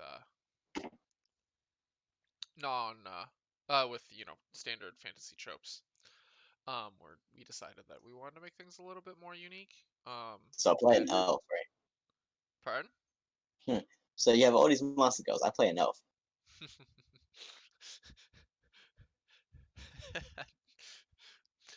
But is the monster on the outside or the inside? Dun, dun, dun. Oh, I think there was a Actually, thing where I think it was like some form of mythology for elves in which either they had an eye on their back or a mouth on their back. The no elves. idea. Um, I do The elves. remember. Yeah, I have no clue. I do remember someone in one of the Monster Girl groups posting, "Why do you guys like Monster Girls so much?" And then someone replying with, "That's because the monster's on the outside." Dun, dun, dun. I mean, not wrong. The monster's where you can see it. Mm-hmm.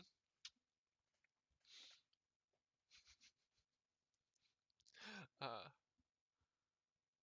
it made me laugh a lot. It was good. Hmm.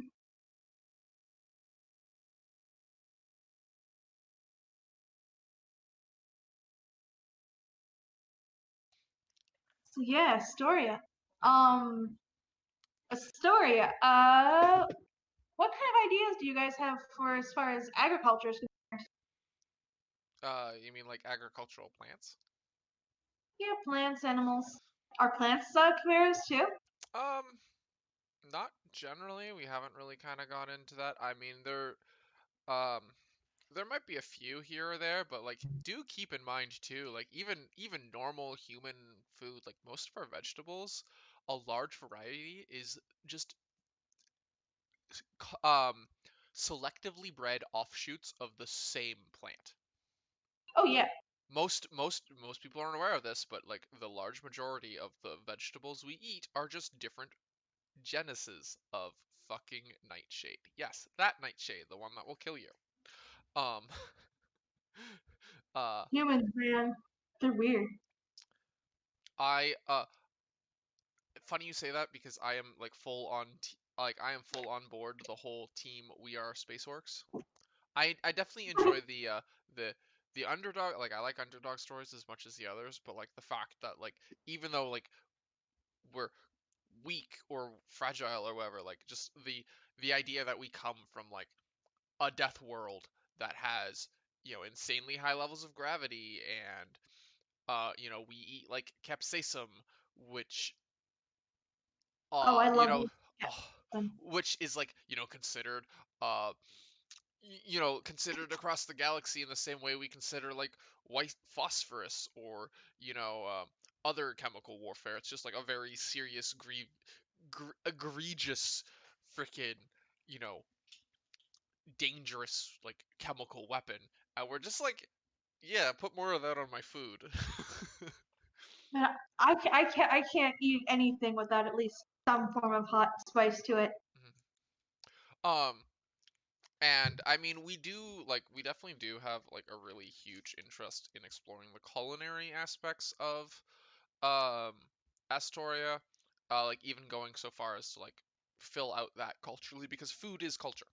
um and it is a very big part of culture, and we do have a lot of broad strokes. In fact, like, um one of the things I'd love if this game gets as popular as I'm hoping it will get is to eventually write like a cookbook based off of the different culinary, like popular culinary dishes in the world of Astoria.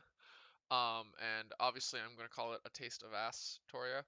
Um, and it's going to be written from the perspective of its author, Betsy Hopper, the rabbit chef. Um, Ooh. but yes, because we like puns, and I mean, Betty Crocker pun is definitely going to be the best pun for a Oh yeah. cookbook. Uh, and so, it explores a lot of the different kind of culinary aspects, and there are already a couple different things that we have planned. I know, like, I make what I call like the my mimic salsa, which is really, it's just a bean salad trying to pass itself off as a salsa.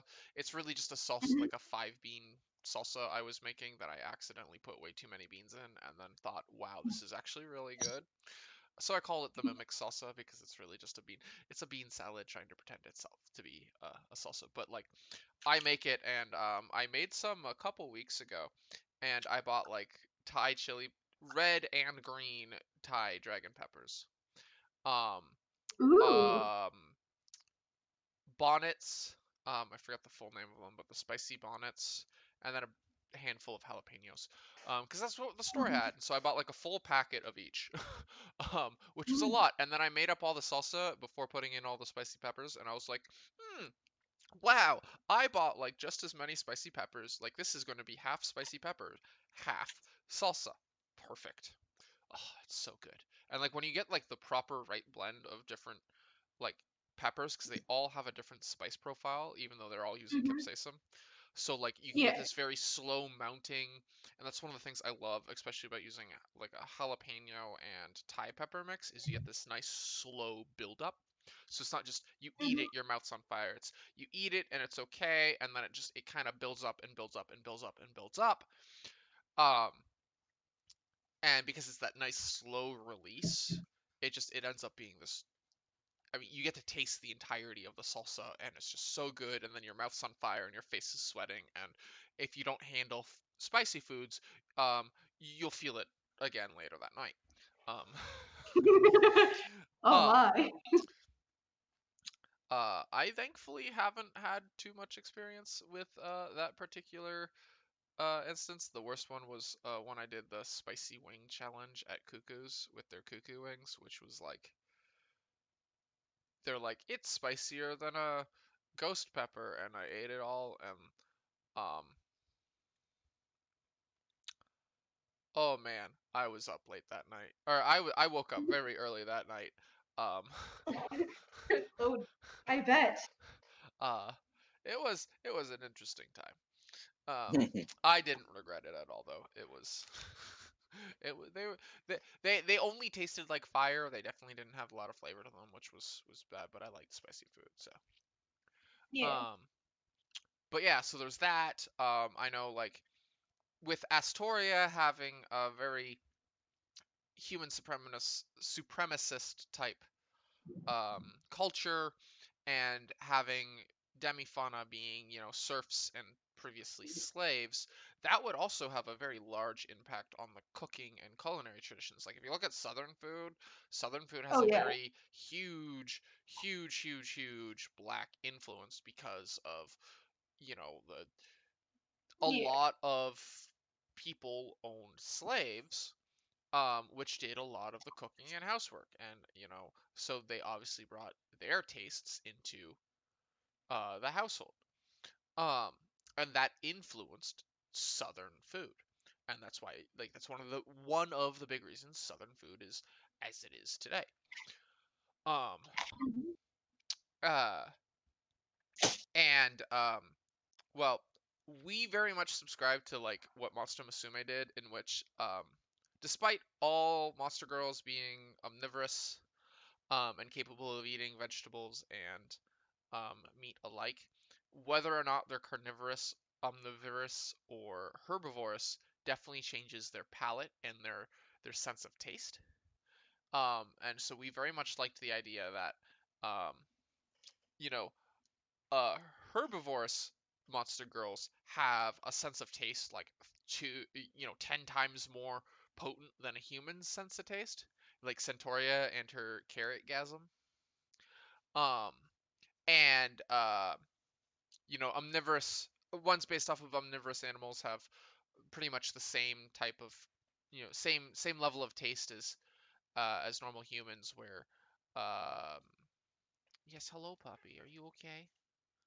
Um, where carnivorous monster girls have like almost no sense of taste.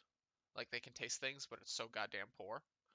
Um, like, which is why like Mia can't fucking cook to save her life because she doesn't really have a sense of taste. Um, uh, and like that I find is really cool, and so we're putting a lot of that our um into a lot of our lore basis. So like, yes, hello, puppy, are you okay?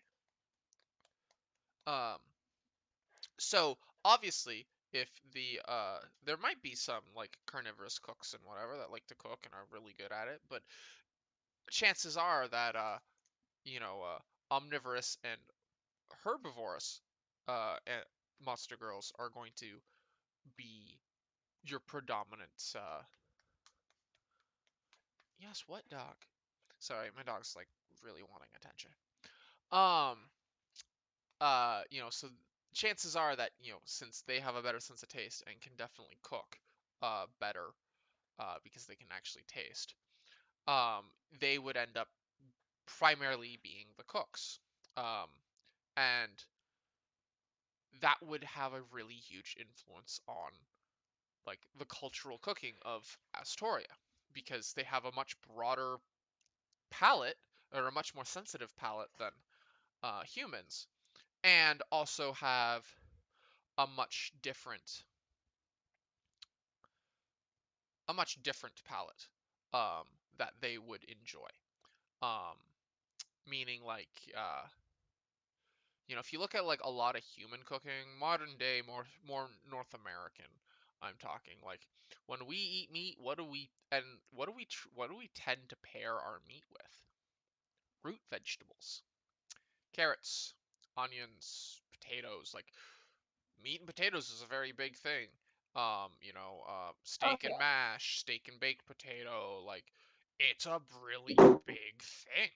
And yes, I mean you go to different cultures, it's like they're going to have different meats with different things, and like curry's a big thing in India, and blah blah blah blah blah. But like if you really look at it, a lot of meat tends to be paired with root vegetables.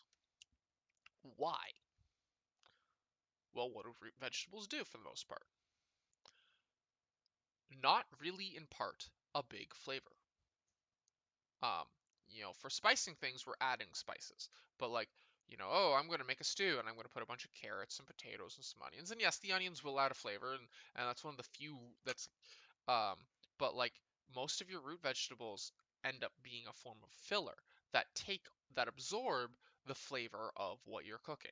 Yeah, all right, carrots do impart a bit of a flavor to your meat, especially if you're very heavy on your carrots. But if I'm making a big stew and I only put like 5 carrots or whatever, so it's not like a carrot stew, it's just a stew with carrots in it. You don't usually taste the flavor changes that a carrot would impart. However, when you eat that carrot, it's going to taste like your stew. Mm-hmm. And that's why humans that's why we really like to do root vegetables, because root vegetables absorb the flavor of the thing that we're cooking, while being a filler. Um, but how would like a centaur cook a steak instead of, why would they pair that steak with, you know, because like humans have a very kind of greasy, salty palate, not just in North America, but like all over. Like humans tend to like greasier, saltier foods, especially like when you go more north. When you go more like south equatorish, like it becomes less greasy, salty, but there's still a lot of that salt because it's a huge, huge thing we need. But like, all right, so we've got a bunch of like centaurs and cows and that cooking steak for their human masters. Um, what would like how would they do it? Would they end up, The instead cowboy of steak. aging their steak, with you know, like salt curing or whatever, or just dry aging? Would they not instead age it in with fruits or berries or whatever? I mean, like what about like pork roasts? Would it? I mean, pork is popular with fruit, but like what would how would that influence, and what different types of culinary um, changes would you see? And so that's like one of the things that I'm really excited to kind of go in and explore to its fullest, um, and see like what there is. And I mean, there are some things that like I've already cooked that I like, that I'd love to throw into um, this this cookbook. Like my mom always used to make like chocolate drops during Christmas, which was just like oats, like quick oats with cocoa powder, honey, and shredded coconut, and like you just kind of condense the honey, so it just becomes these kind of soft balls of chocolate flavored oats and um, coconut. They're so good, and um, like that would probably be really popular with the centaurs as like a form of road food, because you just need like honey, and you could throw in like dry nuts and dry berries and oats and whatever, and it'd be really easy to kind of make these big fuck off balls of like, essentially the way I always imagined it would be like their version of like elven life bread, whatever their freaking the bread that Like, Tolkien elves fucking make. That's like it could fill a man for a whole week, and then the freaking hobbits eat like all of the rations, and they're like, "Ah, do you got any more? I'm still hungry." Uh, that would kind of, I imagine that would kind of be like the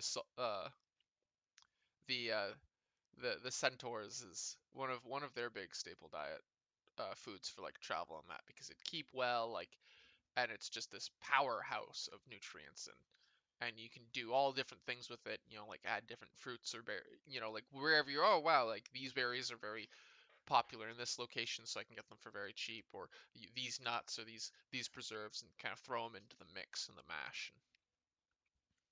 And,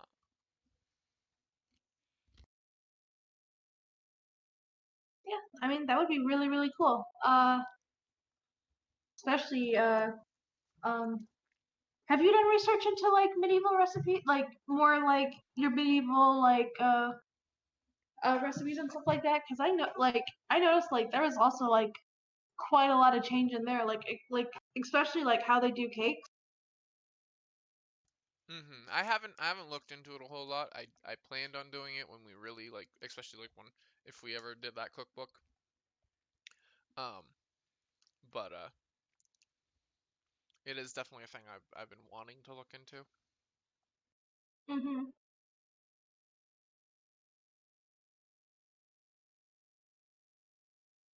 But yee, um, Also, I like how you're doing this wizardry in the background. right? We left. Zen was complimenting your artwork. Oh, thanks. And here I am drawing stick figures. Whatever. A lot of Everyone's got to practice. I start. mean, Yeah. everyone starts somewhere. Like honestly, when I was younger, I think I have some of my older art that I might be able to eventually like drudge out of my thing and post up because I think I have like an example where I did like a little kitsune girl So, and I did her I like it was like a little kitsune girl like I did in like middle school and then I did it like shortly at like whilst I was in college and I think I might do one here soon after I spend some time and learn how to do human faces again. Mm-hmm. see, when I was in middle school, believe it or not, I wrote poetry, and that You was my what? talent. Huh. Nice. Yeah, I had a knack for it. Kind of lost it. My bars aren't as fresh. Cuh, Marson. Uh, but yeah, that was kind of my thing. So what I'm I was hearing, more Zen, is you creative. need to start writing poetry and making fun of Versal in your poetry.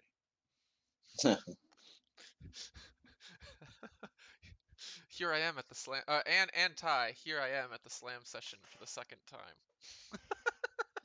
I I just write mean, haikus. Fucking, I love haikus.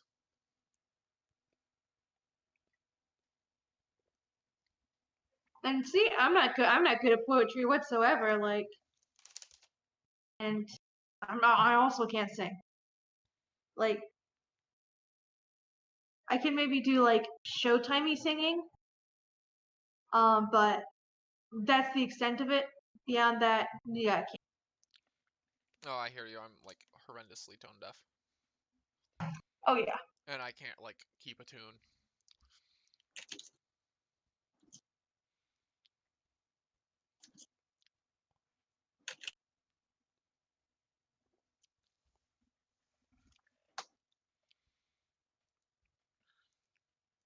See, that is because you lack the rhythm. I challenge you to a poet battle. Knave, you know not what you do. I mean, isn't like essentially like old school underground rap battles, like I'm talking like without the beats, like just the couple guys getting together. Isn't that just essentially aggressive poetry? This is poetry jam.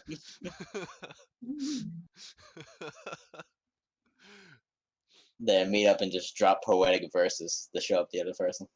Pretty much. Um,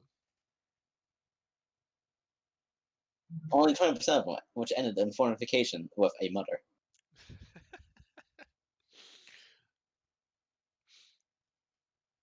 I enjoy the base people. Give hate, I ask why. Oh yeah, cause I'm base. based on what?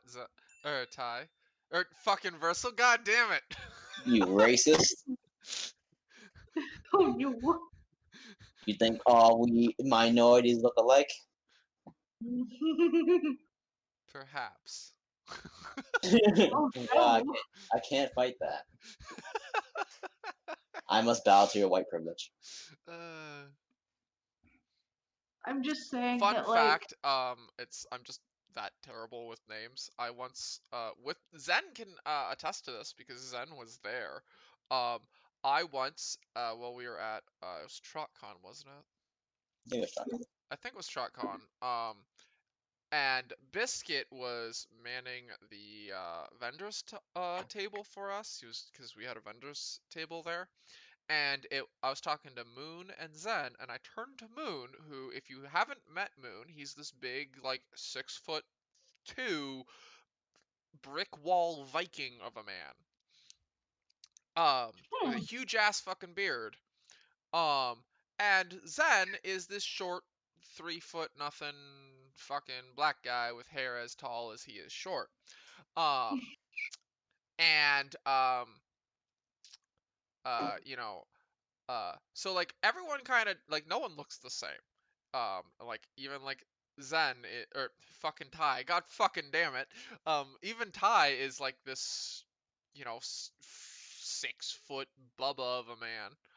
Um, and so we're at ShotCon, and Biscuit texts me asking, "Hey, could you like bring me a case of water because the vendors hall was stupid hot because it wasn't actually in the vendors hall. It was in this weird freaking tent that had no AC." Oh no, why would Uh, they do that to people? because TrotCon didn't check the dates on their contract and got kind of screwed.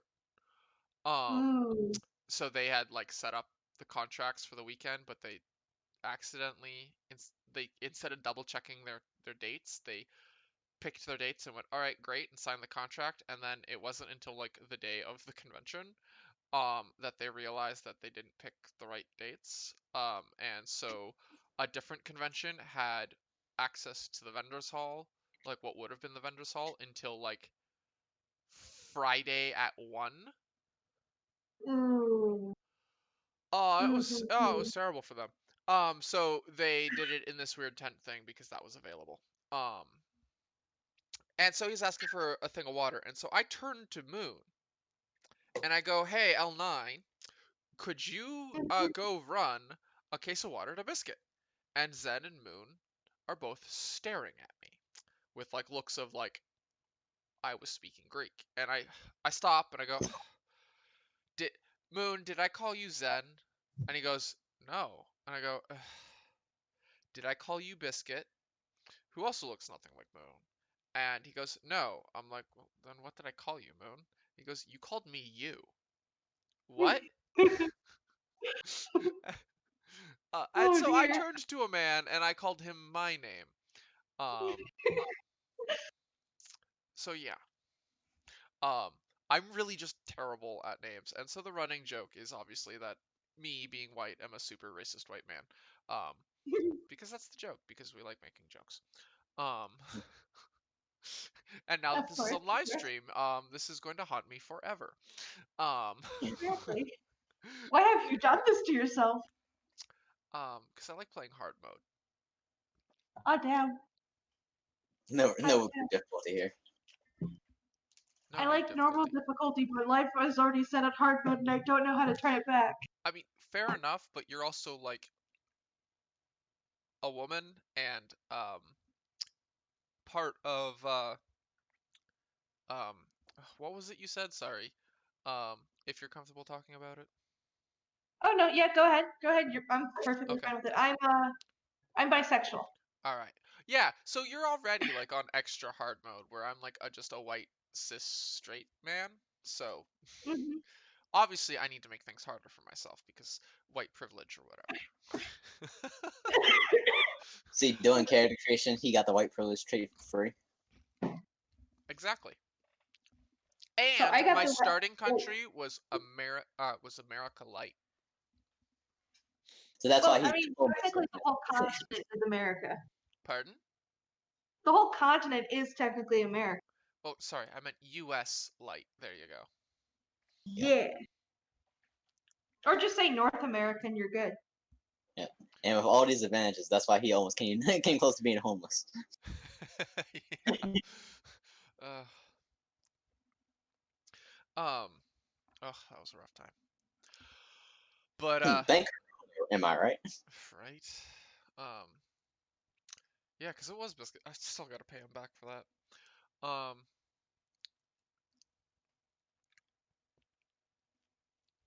And all right, the camel. Da da da da. Damn, that looks great. I definitely do not want to fight that. Um, because that not only would it like gore me out, like gore me with its beak, it would also just like falcon punch my heart out of my chest. Um, with one of its feet. And then grasp said heart and bring it back in, and then take a bite out of it.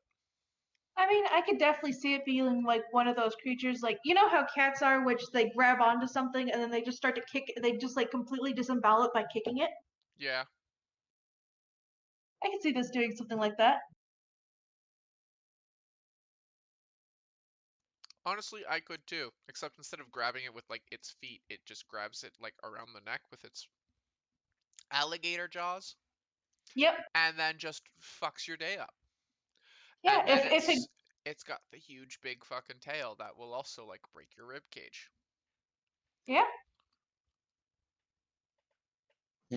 How many ways can it kill you? Let me count. A 1, a 2, a 3. Hilariously, Automod has blocked Versal's I would like to boop its noggin comment. Wow.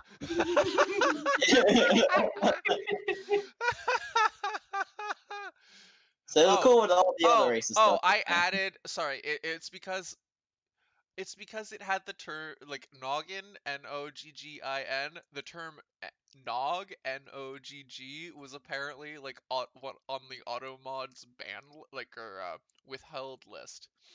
Um, and that's hilarious. And so after I accepted Versal's comment, it said we have added permitted term nog.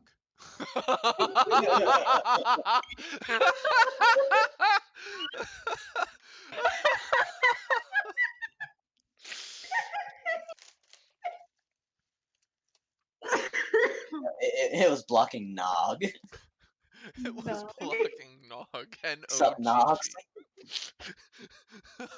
Sup, my noggins. With the So I hard mean, we N do or the need soft N?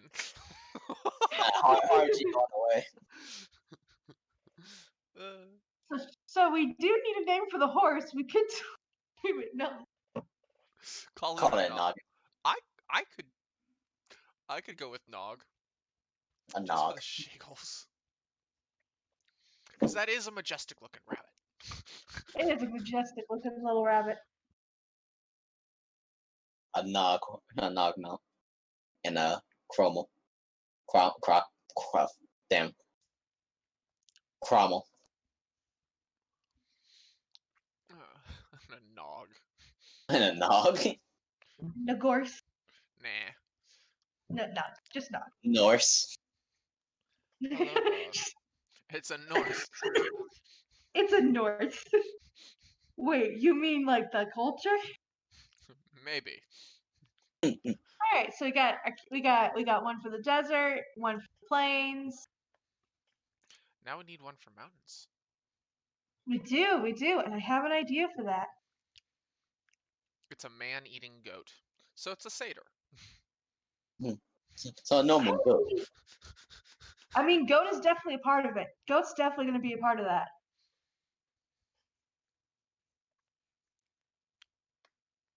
I'm surprised you're going goat, not alpaca. True. Fair. Very fair. You know what? I can save the goat part for what I planned for a pet for what I planned for as a pet for the cold area. I released the beast. How dare you? Sorry. Little visit from girlfriend. Nice. Yes, hello, dog. What do you want? Alright, What do you need? Alright. You know what? Alpaca's a good idea. I'm gonna have to look up alpaca because it's been a while since I've seen one.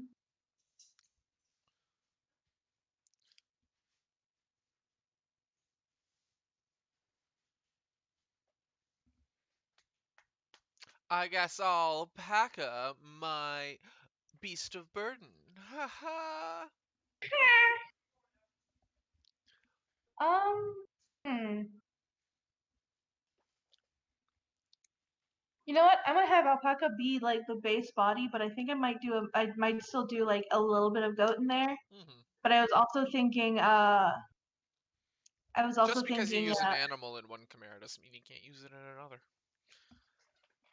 true. Because I was thinking of doing a golden eagle, if you know what those are. Yes. I figured it'd be very appropriate. So what I'm hearing is we're gonna have a griffin. Basically, like a flightless, a flightless hippogriff-esque creature. Because griffin is cat Yes. bird. Yes. Yeah. I was also planning on doing like a bunny bird too, but that's for a future thing. And that one will be actually flyable. Russell says alpaca with an octopus because alpacas spit and octopuses spit ink. Oh my gosh, that's true. And it also doesn't have to. You can simply add an animal just to give it an ability and not have it necessarily be visible. So if you want it True. to spit inky black ink, you can definitely add octopi into there. And have most of the octopus influence be like internal stuff. Yeah. I do make this smaller again. Oh wait, or just Honestly, just because I know they'd be such a shit eater, I'd love to see like an octopus mixed with a crow, mixed a with crow and like an octopus. a parrot. That sounds like some Eldritch Horror type shit right there. Sure, but you know how smart this thing would be, and just how much of a goddamn fucking shit eating fucking little trickster it would be, and how Ooh, it would be terrifying I because have ideas. octopi and uh, corvids are like some of the smartest and just best at like puzzle solving. They are like it's such a problem too that like they'll even do because they teach each other stuff too that they'll do like um puzzle tainting or I forget the proper term, but they'll like teach others how to do the puzzle outside of the puzzle.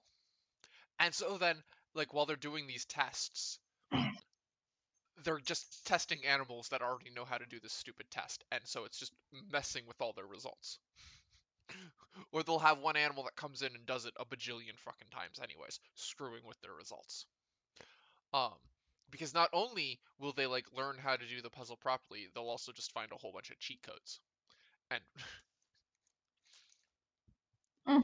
pardon me.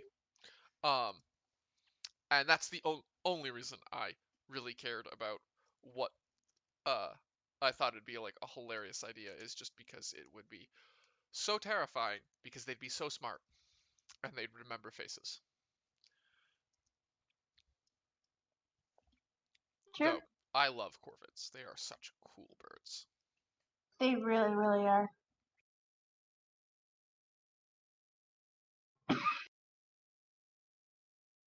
You know what? Actually, I might just do something unique instead of doing bird feet. I might just do a wing that's flightless. Go for it. I'm also totally using the wrong pen to do my line art with, but heck, Whatever. all right. Looks good nonetheless.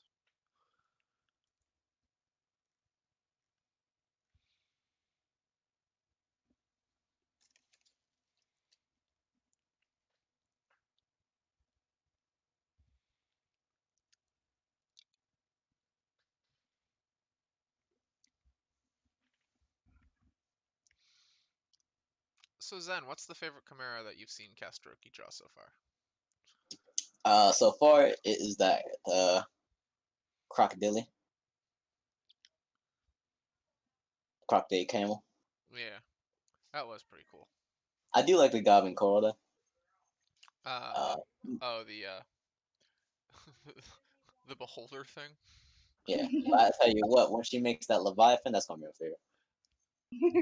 I don't even know what it looks like yet, but I know it's gonna be my favorite. um, I just that have a one's good. thing for like moving, floating sillies. That's fair. No, that being said, is that coral holder thing, is that an aquatic animal, son? I think it would be. Oh no, no, it just flies through the air and like just inks shit up. Nah, yeah, it's aquatic. Yeah. I don't know. I mean, it could be part. As you can see, it's meant to It could be part of very, very angry Newton, and thus defies gravity through rage. look. Oh my god. And sustains itself purely on apples. Oh dear. It searches the seven skies, looking to fuck shit up and eat apples. And it's all out of apples.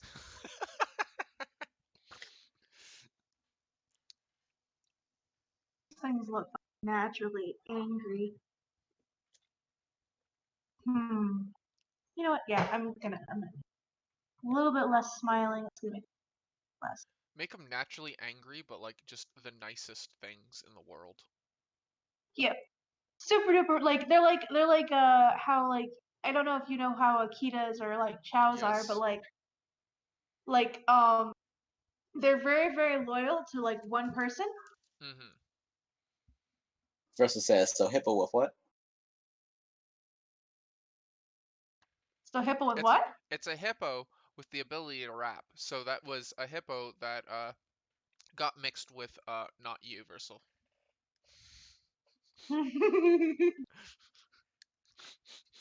Jeez.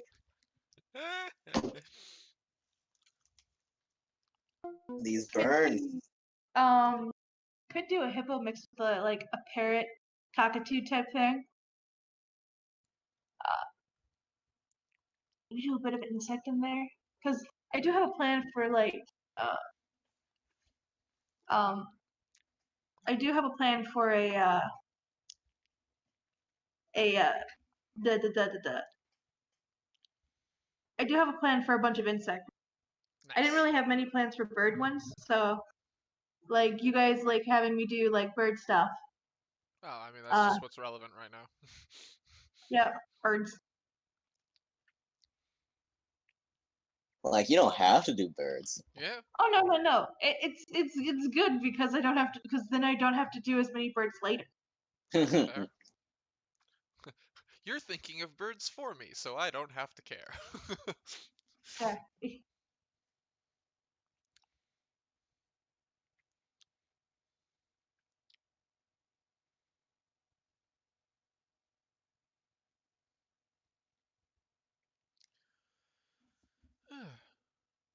Um.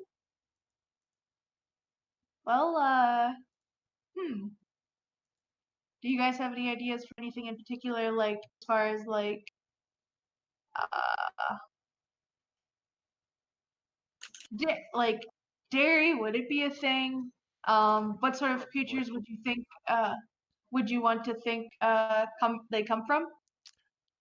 That's that's a pretty decent idea.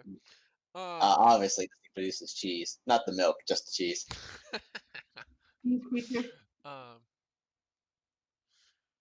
well, Oh, I mean it good. also depends on like the reproduction.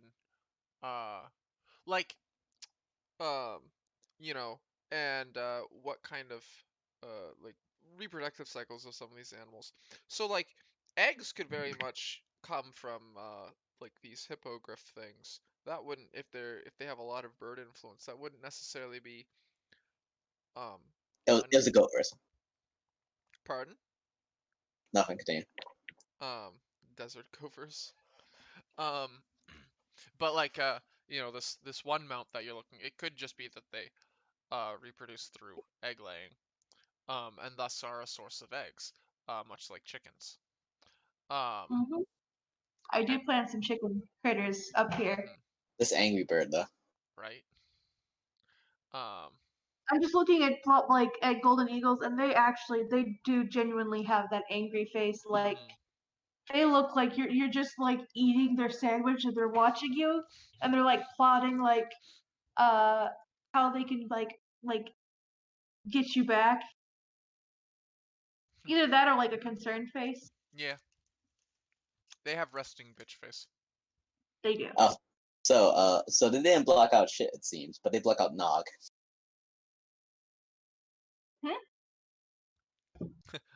Talking about something Russell posted. Yeah, the auto mod blocks mod, but not shit. Or Nog, but not shit.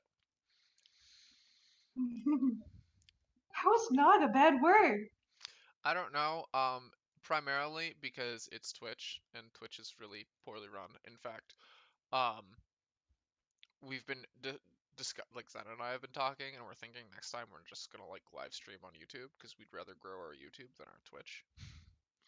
Um, Okay, uh, bitch, very fair. Versal's just like swearing in the chat now. Oh, okay. Cunt has been blocked. Oh wow. But but also Versal, you typed out the tool, not the hose from your city.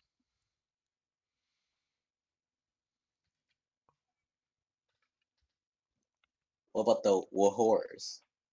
Whores, I don't know. But who are they? Haha. um so yeah. Um what kind of animals would be your major domesticated livestock animals that we'd get a lot of our yeah, whore has been and whores have both been blocked, Hmm. as well as slut. Wow. So no shaming, it seems. You Mm-hmm. can say fuck though. Yeah, you can say fuck. Um, can you say Neja is a trap? Only people who play Warframe will get that joke. Um, oh, bitch ass, fucking, and fuck. So basically, anything that's derogatory. But if you just want to curse someone out, you're perfectly fine. Seems so. Ah, Twitch. God bless America. Anyway, so let's see. What I would think about it would be. What was it? What I think about would be the domestic animals. Would probably be. Honestly, I just kind of want to say the cow is like not changed at all. Well, it's just like, yeah, a cow mixed with something else. Like, I No, honestly, that's a joke though. I oh, wanted to say the cow is just not changed at all. cows still exist. This Cows are is just stuff. one that still exists. Just a Um, straight cow. But, oh, oh, you mean I'm like so his platypus cow? No, his eagle cow? No, his owl cow? No, it just says cow. It's just a cow. looking for a combination that would work. Owl cow. I was trying to figure out like what would be like. I was thinking maybe bull snake, but like you know what, owl cow. That sounds great. Okay. Owl and cow. That could be either adorable or terrifying. Now that being Exactly. said, though, is you'd want to like not necessarily have it be a beaked creature because you want it to produce milk because and be tasty meat. So Yeah. I'm assuming it would taste a mixture of chicken and beef because it's an owl cow. Yep. Um, which would be Yeah, interesting. can you imagine a cow just turning its head 360 degrees? Like again, they That would would be be a source of terrifying. they would be a source of food and also pest control. Yeah, so they'd be insectivorous. They'd Yep. be primarily insectivorous, and um, probably like omnivorous, leaning towards insectivorous. So they'd still graze and stuff because It's sort they of cannot have a beak and do um milk unless like they do a yeah. stage thing where like the beak grows in, but that's just gonna be really weird. Mhm. Um, but yeah, like an owly cow, um, With could like work. yeah. Um, and like like chicken grasshoppers would be kind of cool. A Oh chicken yeah, grass. that would be. Ooh, Um, that would be. and as much as people are like, ew, insects are fucking delicious, by the way. I really like Yeah, they're not crickets. bad. I love crickets. They're delicious. Like salt and vinegar crickets are fucking amazing. Um, So yeah, um, we could do that. Um,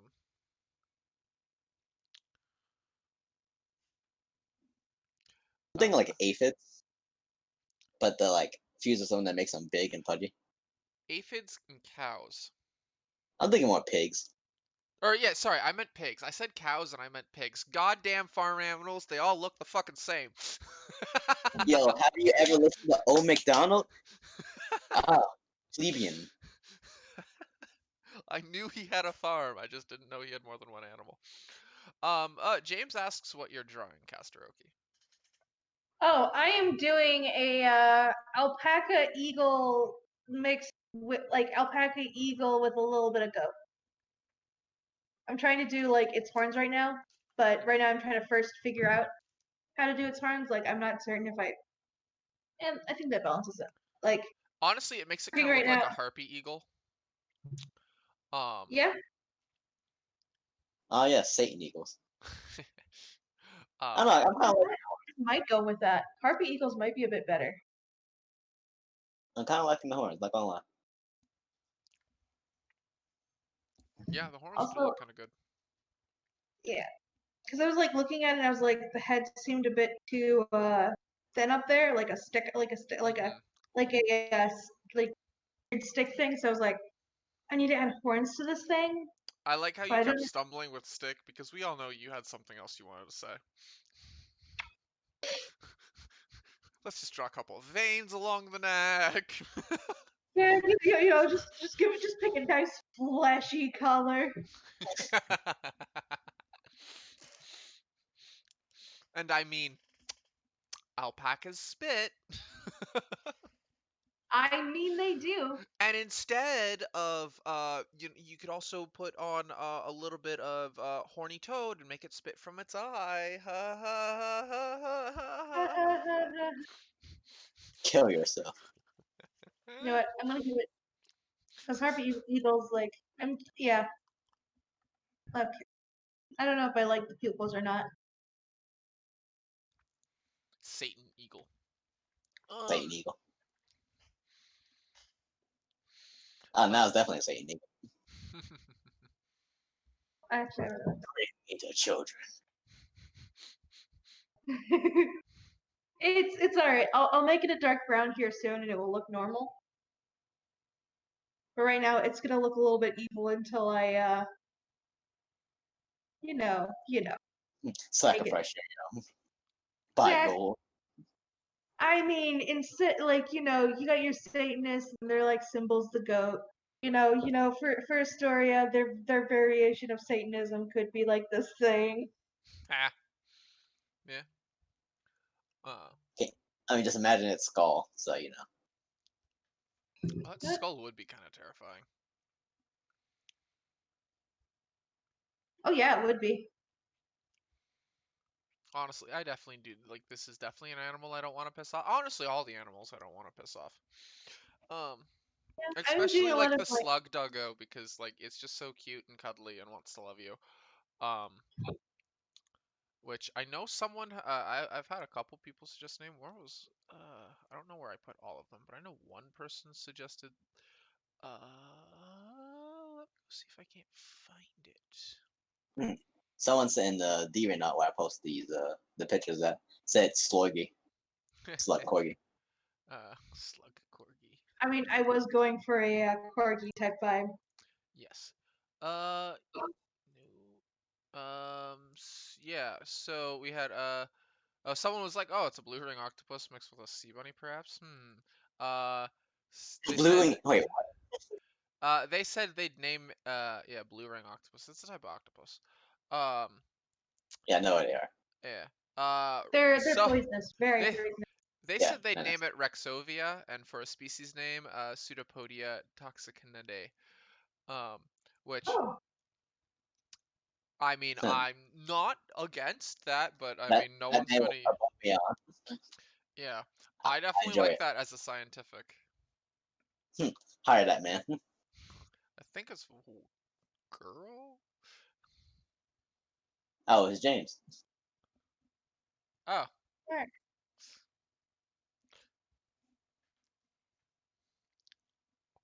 There we go. I figured out how to do the horn. There you go. Well, there you go. Are you going for the loops?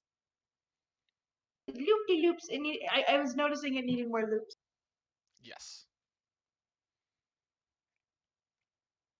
I'm gonna do the horn bumps in post. Not gonna lie, 10 out of 10 will wear Scar's helmet. Yeah, it would be an amazing I skull. would wear that skull and then headbutt people with it.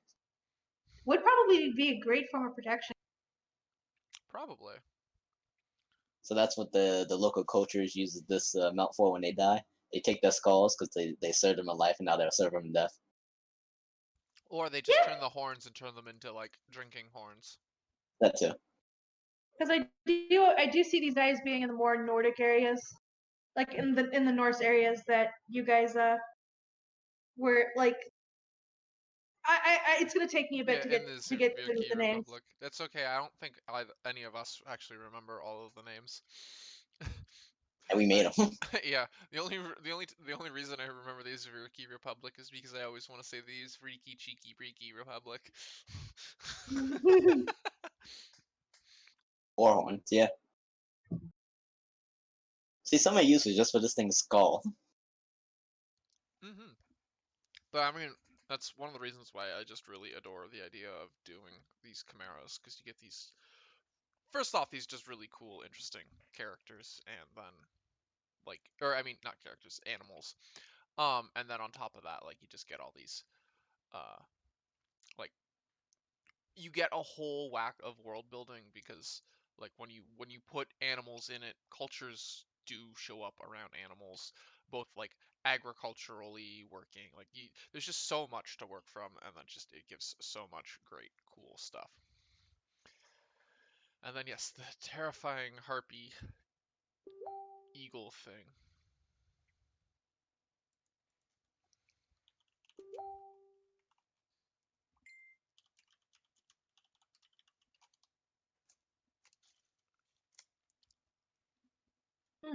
What would this thing be even called? A knock.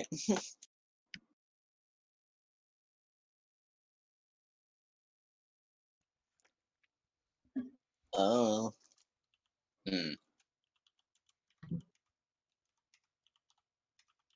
A farseer. Farseer eagle?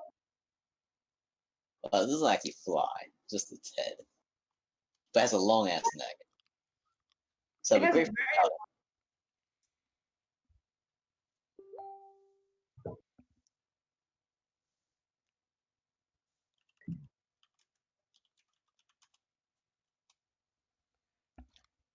apparently ears, so it has great perception.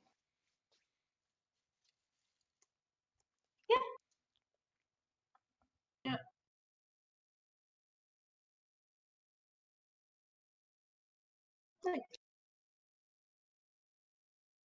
The death glare. It definitely looks like the kind of animal you'd ride into war, though. Oh yeah, I could definitely see these boys being like like lightweight war animals. Mm-hmm. It just swings its head like an axe. Yeah, like swing its head like how a giraffe would do. Except yeah, that would be more dangerous.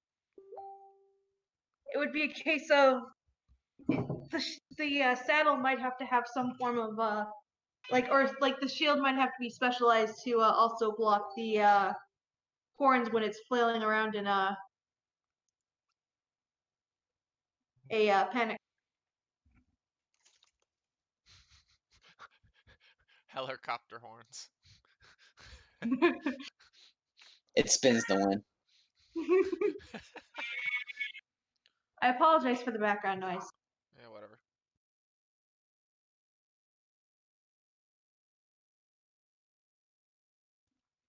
We're professional. We're not that professional. How dare you have animal noises in the background? How about alpaca goat?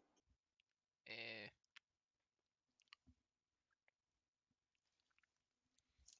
Eagle. Oh, eagle, alpaca, goat. I can't really make a name out of that. Yeah, like I said, I'm not really like I'm not. I don't want the names to be like super obvious that we just named it after the creatures we mashed together. Of course. Um, just because that's boring in my opinion, and I A don't feel fleece. like a Ah, yes, the fleece. dangerous fleece. Eh, Ramshackle eagle. A ramshackle eagle.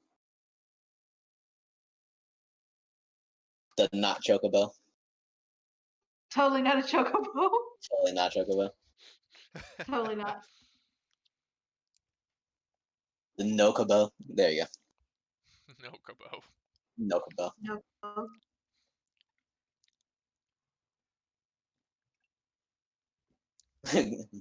Cost adorable and unassuming. Yep, just unassuming. Like the front ones, I'm basing off of like wings that may once developed, but now no more.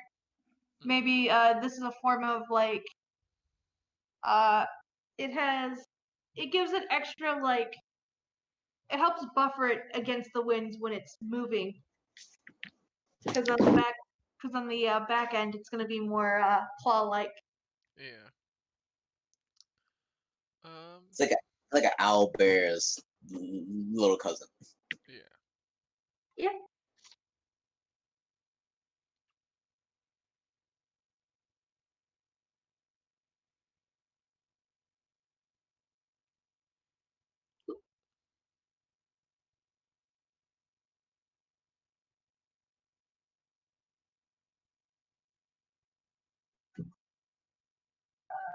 It's a featherfoot. Featherfoot. That's not bad. Yeah, Featherfoot. We shall ride the featherfoots in the battle. The what? Wait till you see this. And you know what? The reason they're probably called Featherfoot is because, despite like the snow and all the like mountainous terrain is not necessarily super conducive to walking quietly. Because you've either got like mountainous forests or you just got tons of snow. They're just uneerily quiet and known for Like a sneaking up on people and like going on top of that, like scaling weird cliffs and sheer rock face. And so people just called them featherfoots because they didn't make a sound. They'd just all of a sudden be in front of you or behind you or whatever. Even when you're riding them, you can't necessarily hear them um making steps, and they just climb over fucking everything. Um yeah. I like featherfoot as a common name.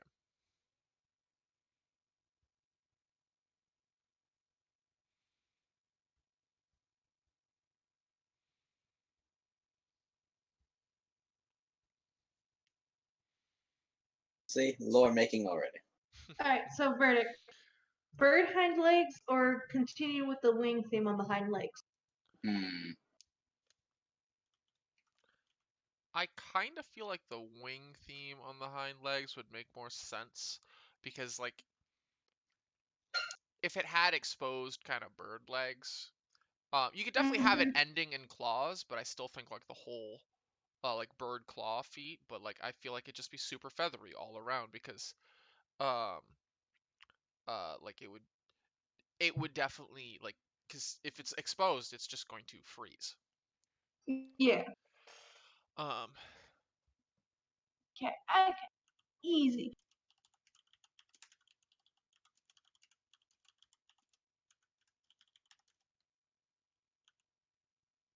Mm.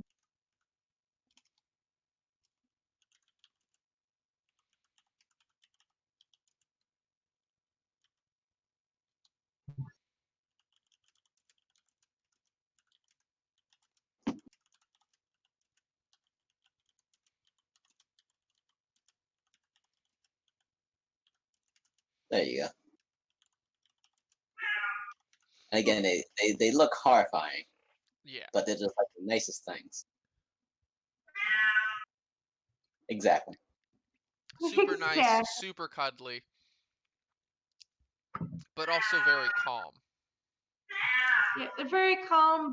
I guess they're also like their stubbornness also leads them well to Not being not very be spookable. yeah. So they're excellent war animals.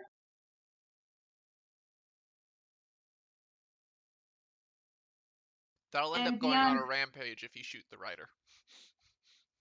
yeah, because they're fiercely loyal creatures. All right. It picks up the rider's sword and shield and goes into battle. Oh dear.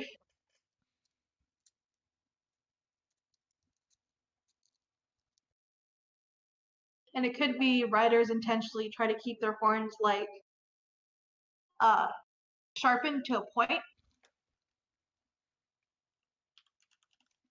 And maybe it could be a case like how you guys had mentioned with gold and with your gold and silver money pieces, it could be like they could have tips.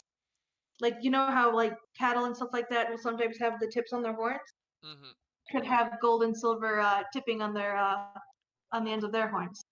Yeah. Yeah, that's not a bad idea.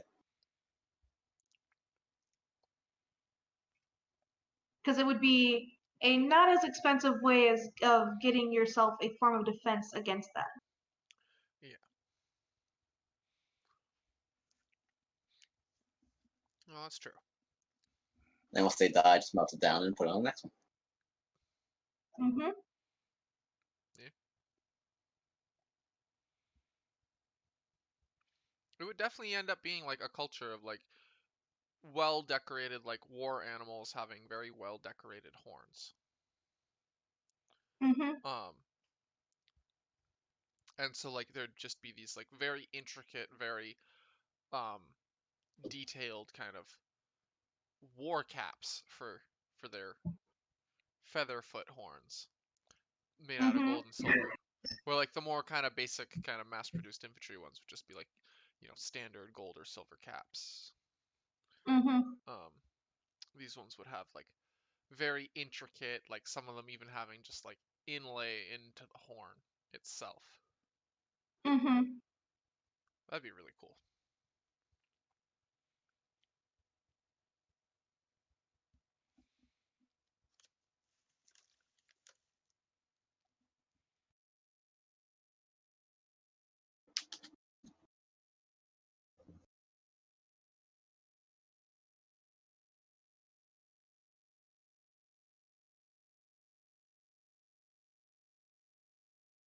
Um.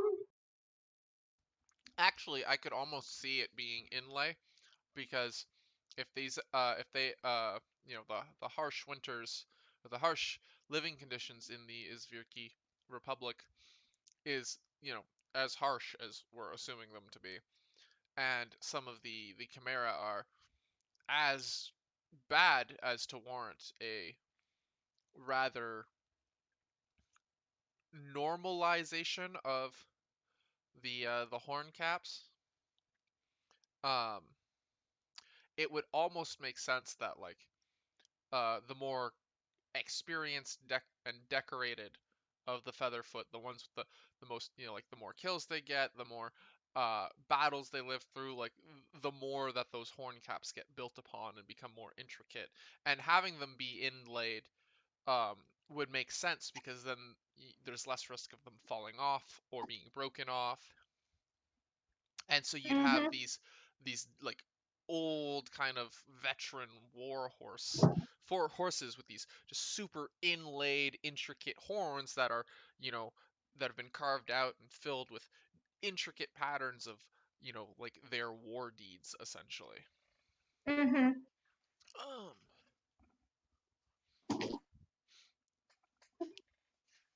and plus on top of that, because they're physically inlaid into the horns, it prevents people from stealing the war caps and allows for identification, easier identification of someone's featherfoot.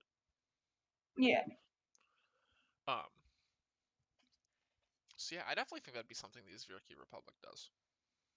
That sounds pretty baller. Mm-hmm. And they would be a type that would pretty easily be able to be transported on ships. Yeah. as they wouldn't be particularly massive. No. Love to design armor for them. That'd be fucking cool. Oh yeah, that would be. I could actually send you this file if you want to go through and like fart around with armor on this thing. Sure, eventually, yeah. I mean, you can also just like export the PNG like when you're done, and I can draw off of that. It's not that big of a deal. All right, cool. Especially since The I mostly use Painter. painter. Painter. Look at Yeah. you with your fancy painter that you got off fucking Humble Bundle. By now.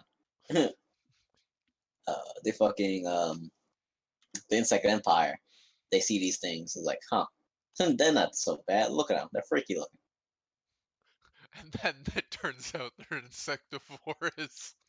Yeah. I mean, I could see these things possibly like trying to hunt down the woolly scorpions. The woolly scorpions 3 times their fucking size. Exactly. They'd definitely be well suited for like Arctic or near Arctic conditions. Mm-hmm. Yeah. Um,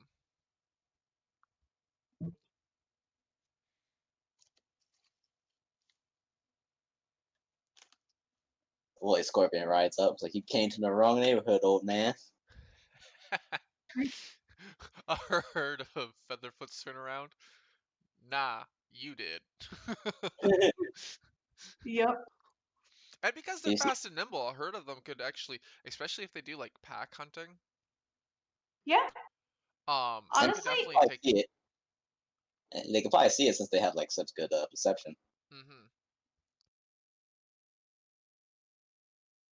yeah. I mean, yeah, they would probably be. I mean, I could definitely see them being in like herds, because both, if I remember correctly, both alpacas and goats do very are herd esque animals. Yep. And alpacas, I believe, are known for being protector animals for sheep. Yes, I believe so. But yeah, they're both herd animals. And um, yeah, eat all sorts of anything. Mm-hmm. With that goat iron stomach. Oh Um, yeah. um, Just don't let them rifle through your pack, because they'll end up chewing up your sword or something. are you telling me their Well, beaks are fucking strong enough to crunch up steel? I mean, goats can eat. Well, I guess not steel. Probably like your thinner metals, like Yeah, jewelry. definitely jewelry. Um, honestly, they'll just eat the entire pack itself, all the leather, everything. Oh yeah. Um, They don't mean like chew it to swallow. Yep. Is food? Oh, it tastes good, so it must be food. everything tastes good to them. Um, Yep. They're very easy creatures to feed. yeah. Um, they'll eat just about anything. Grains, they'll eat meats, they'll eat freaking um, insects. They'll go foraging around the forest and they'll graze. I don't think that beast can graze.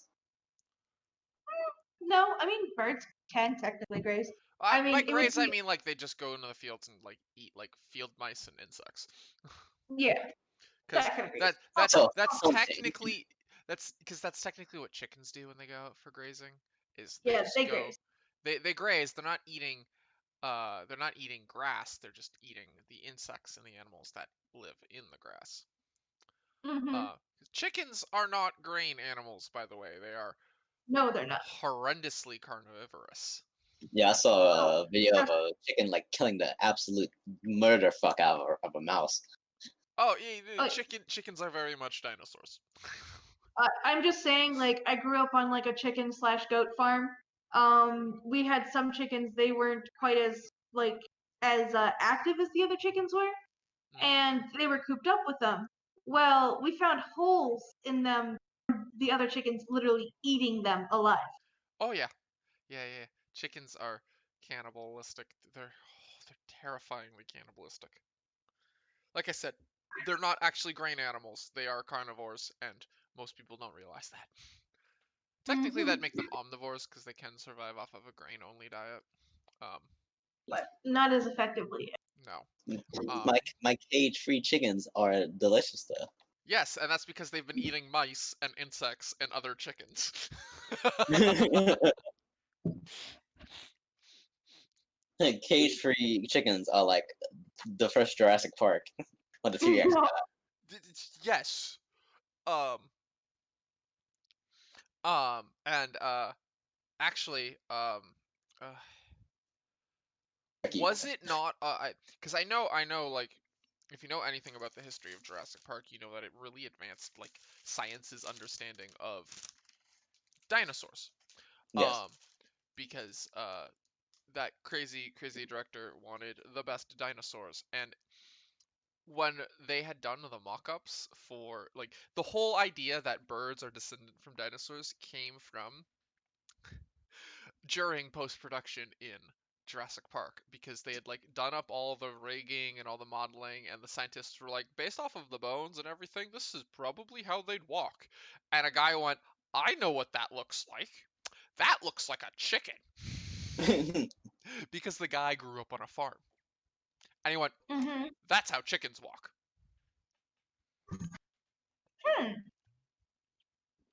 And they went, wait, what? And so then he pulled up a bunch of videos of like chickens. That he like, oh, it was in the 90s, so but he ended up like grabbing some videos of chickens that they had filmed and was like, here, watch. And I was like, oh, holy shit. Dinosaurs are fucking birds. Yeah. And it's really because of Jurassic Park that like I know like when everyone thinks of dinosaurs, they think of the scaly kind of Jurassic Park version of dinosaurs, but like anyone who's kind of been paying attention to a lot of that stuff has kind of noticed that a lot of that has moved towards like very feathered sort of bird slash reptile designs for our for especially like with like velociraptors and that. It's very, very kind of bird. They're a lot more bird-like in their more modern day designs. And it's literally because of Jurassic Park. Because it reframed the entire study. Because that they blew most of their budget on like getting professional help and getting all the special effects together, including like the animatronic rigging. Most of actually, like I think it was something like 80% of that video's budget went on all the animatronics, and then the Well rest went on spent. everything else. Oh, I mean that's why like it's why like even nowadays like the original Jurassic Park is such a good looking movie. It really is. And it's because they used animatronics and not CGI. So like They did use some CGI. they did use some CGI. Actually, I think they're one of the first movies to use CGI. They were the first movies to use it because they were Uh, gonna use claymation at first, mhm, but one of the guys said, "Yeah, I could probably do this like from CGI." And the claymation guy looked at the CGI, was like, "Well, shit, I'm out of job," because he mhm, did basically the same shit with CGI in like yeah, a fraction of the time. yeah, and yeah, it's hilarious how much tech that movie advanced, all because the fucking director is just a crazy perfectionist, like insane fuckboy. He says, "I want this Triceratops to breathe." What? Yeah, Breathe. yeah, shit like that. Um, and so yeah, they did like CGI, they did um Quick, you animatronics. farmhand. How much shit can this thing produce? What? How much shit can it produce? Yeah, and, like so much of that, and went so and like hired all the best experts they could to be the like most accurate to make just again the most accurate. Oh my god, that looks like a harpy eagle, um, fucking chick. Just Oh, like this? yeah, just all the pattern. Oh, it looks so good. Because harpy eagle babies look so cute, and then they grow up to be absolute murder machines. um, I mean, and Russell, you'll get turkey when you go to the fridge and make me a fucking turkey sandwich. Um, uh, but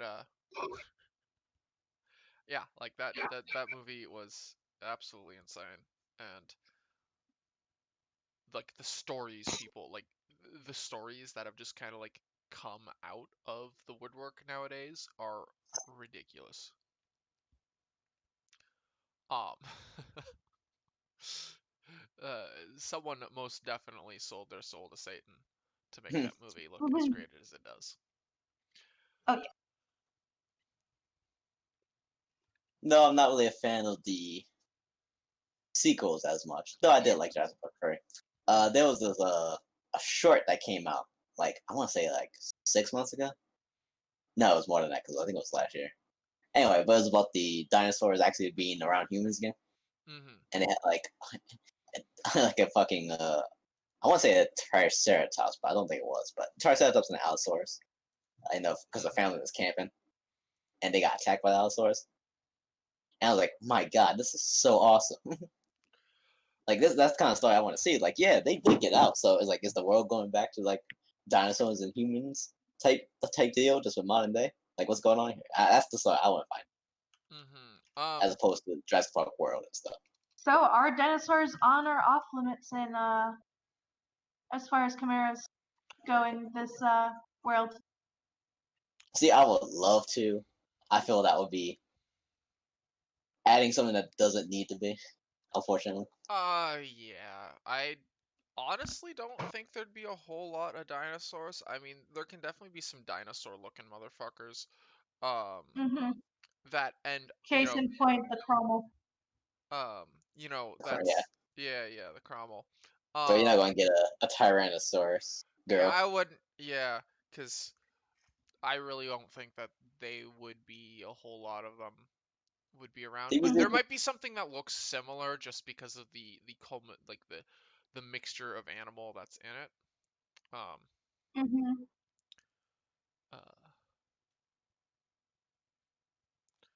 uh, but Zan, you were talking about the um wanting to like see a movie or book or whatever about um Yeah, the dinosaurs and shit. Yeah, because I back in know the there day they had was Dinotopia, was and I loved that as a kid. That was my jam. And DBZ they had dinosaurs. But yeah, so that was like my jam. But yeah, I'm talking about Dinotopia was exactly what I was thinking about. Oh yeah, Dinotopia! Oh That my was gosh, that's that bringing was back. actually what I was about to recommend to you. Um, I yeah, because couldn't remember the like name of it. I'm a dino nerd. Like I love dinosaurs. I had like a whole collection of toys. Oh, The dinosaurs was my jam, and Dinotopia was just like the bread same and here, butter. same here. Literally, I think I still have a book report where I was like dinosaurs and cryptozoology. Like those were like my things as a kid, and like oh, I had so many dinosaur and cryptozoology books, and I was just like, oh, they're so cool. Uh, but yeah, Dinotopia was absolutely amazing. Oh yeah. Um, and just again, Mhm. like it ends up. uh, you mean Dragon Ball Z has dinosaurs? Yeah, they still have dinosaurs in the Badlands, don't they? In TBC. So, Yeah, they eat their tails. question: should I give this thing red eyes? Ooh, just make it look as horrifying as possible. All right, I could do that. But nah, the gentle creatures. Do you see this thing? Do you Look see at what it. this thing It's is? absolutely tearing apart that uh, you know, one creature that you guys hunted. Yeah, that's just because that's what it eats. It's hungry. It's hungry, little boy. Hmm. but he just loves people. Don't worry. Yeah, loves them with a side of brioche, right? There you go. I'm liking that. That light up pink inside the deep red. Mhm. Right in the center. Gentle creatures, completely harmless. They wouldn't harm a fly, as it just disembowels a fly girl. Exactly. They're great with children. Great with children. I'm not gonna lie, that one's got a bit of derp eye. Yep, I realized it had the derp eye here, like, last minute. He's like, you There you talking to me? You talking to me? This dirt bite just means I can stare at you at the same time. There we go. You look at it at a distance, it's just like, it has that rage. Oof, yeah, that does look vicious. And it's just like a gentle boy that just wants to love you. Yep.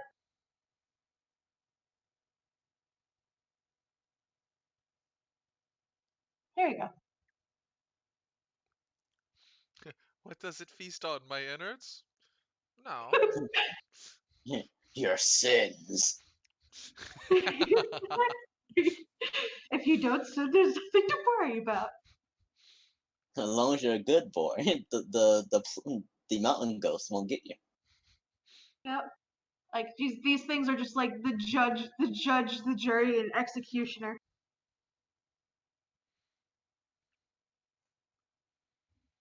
They feast on your soul. Whereabouts? It has your soul for a side dish. Yep. It drinks your fear. It puts Yep. Yoma. It puts a Yoma's diet to shame. Exactly. Is it just Zen and I who's seen or read Claymore? I have heard of it. Okay. Um. Technically, it's a very excellent Monster Girl anime. Mhm. um. But long story short, weird mutant women fight weird monsters that like devour people and like to eat people's innards. Mhm. Specifically. Specifically, their like guts. It's um and really good, like gruesome. Like it's very much in the berserk vein of like gruesome type Gore and fucking violence. That's always the thing I'm excited about. yeah. So like it's very much like it's considered up there in the same realm of like Berserk, Vinland Saga, and then Claymore. Those are like the three big kind of gore, not horror. Gore Mhm. and violence, but not horror type freaking anime. And Mhm. so yeah, like the Yoma eat human guts. Like primarily that's all they eat. Human guts. Hmm. And the Claymore are part Yoma. No, that is not Hmm. a learning that they are part Yoma is not a spoiler, by the way, because you learn that in like the first fucking chapter of the manga, and certainly the first episode. They're like Mhm. witchers. Yeah, they're like witchers, and thus kind of despised by people because they're half Yoma. Yeah.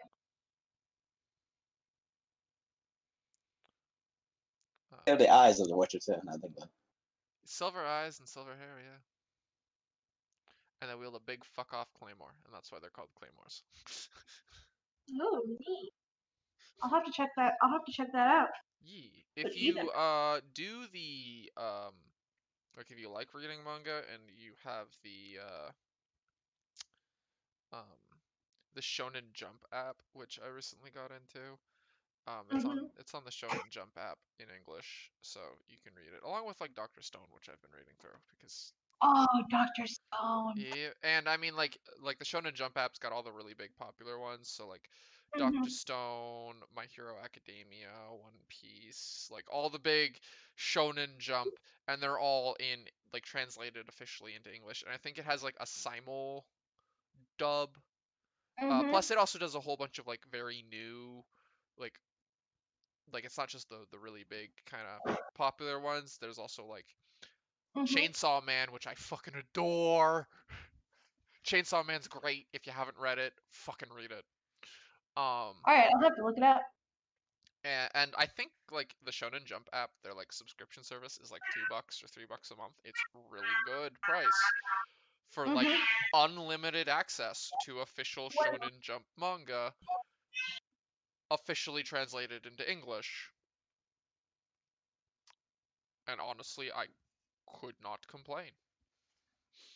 The app, the app's got a couple hiccups in it, but ultimately it's not a terrible app. But like, yeah, it's got like Promised Neverland, Samurai 8, Dragon Ball, um, you know, Mhm. Astra, Lost in Space. Like, it's got a huge collection. It doesn't necessarily have everything that's available through Shonen Jump, but Mhm. it's also got all the Ruby manga. Um, Oh, nice. yeah. Um, Also, a really good one if you kind of like slice of lifey type comedies is Spy X Family. It's fucking hilarious. It's about a spy who gets like a wife as a cover, like through happenstance, just kind of like gets a marriage of convenience so that he can and adopts this daughter from an orphanage so that he can Mhm. carry out his spy mission in this other country. And like the whole point is to try and get this daughter to be like a super major perfect fucking student so that she can get close to the child of his target. But it Mhm. turns out that like so he's a spy, his wife is an assassin, uh, and like he doesn't know his wife's an assassin, and his wife doesn't know that he's a spy, and then their daughter's a telepath, so knows both of their secrets. Oh dear. Because she can read minds, and it's just this really super hilarious comedy about this like Cold War era spy doing spy shit, and juggling that and like family life and like the daughter just being cute and adorable, and it's a fucking great Mhm. manga. Holy shit, is it good? Um,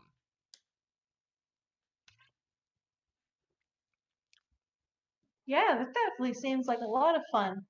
it is a lot I'm of fun. definitely have to like. I've got some things on my list now. Yeah. I'll say this: I've definitely been enjoying it more than Monster Girl Doctor, which is good. It's just I never knew I could Mhm. be let down by fan service. Yeah.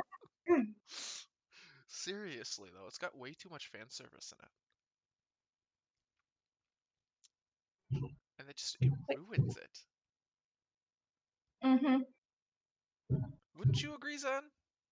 Yeah, I feel that the fan service, though I enjoy, I believe others hit got there first. Yeah. Like Masamune Musume, obviously. Yeah, and This is a different spin on fan service. Yeah, sure.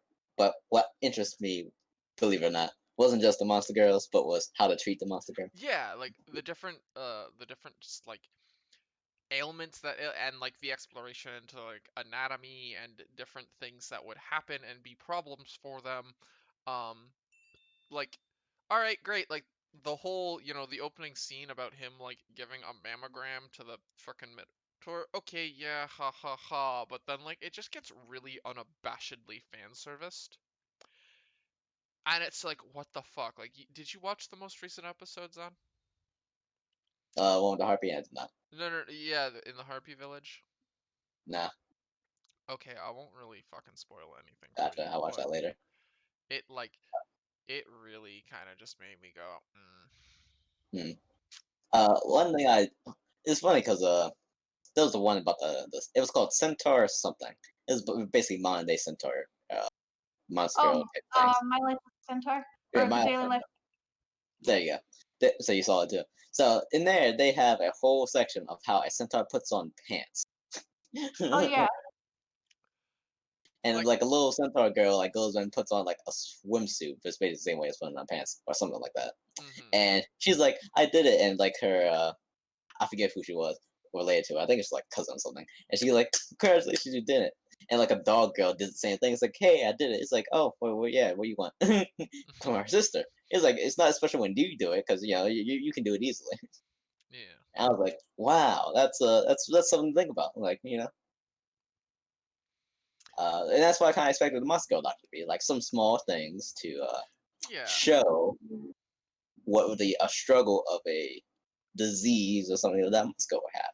Yeah. And there was some like so far there's been some like interesting stuff like the mermaid girl with her lungs drying out, like, okay, that's a pretty cool thing, and then he like just fingers her fucking gills, and I'm like, okay, fine, sure. So Um, your girls go. yeah. And like, yeah, I get it. It makes sense from like a medical standpoint, like feeling up the inside, to, like look for like inflammation and swelling and blah blah blah blah. Okay, great, group, cool. And then it was like, oh, I'm gonna sew the flesh golem back together, and then like she's having a fucking orgasm while he's like in between her legs sewing her leg on, and I'm like, why? I um and then like he deals with one of the centaurs again in the latest episode because she's got like severe anxiety and does like shit happens, and it was like bondage was the answer. Bondage was the answer. BDSM bondage was the answer. Awesome. And like I was just like, what? Why?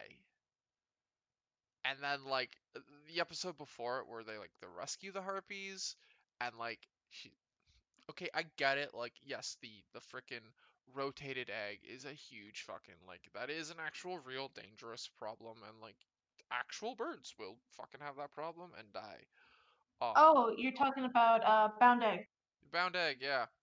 Um, but like it essentially just goes into like birthing porn, and I'm like, really? Why? I get it. It's supposed to be fan service. And like, man, you were like, at least like at least Totally Spies wasn't necessarily fucking like as in your face about the fact that every episode was just a kink episode.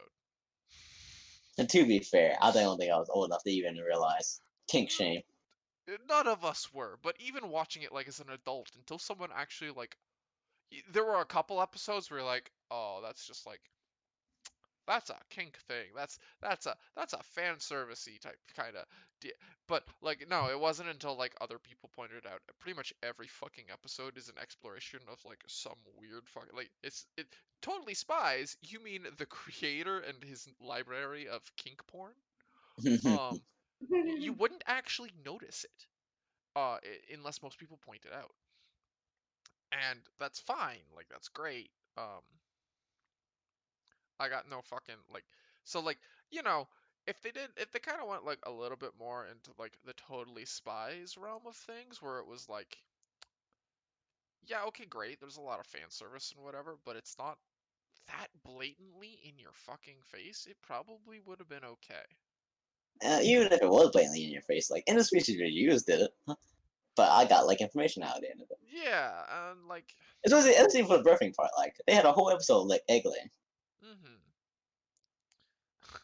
Oh, and then you had yeah. the unsexy types and a sexy type, but they taught you the unsexy type while Yeah. making it interesting if you was into that sort of thing. Yeah. And then they had the sexy type, where she beat the shit out of him. Yeah. Yeah, you're talking about interspecies reviewers. Yep.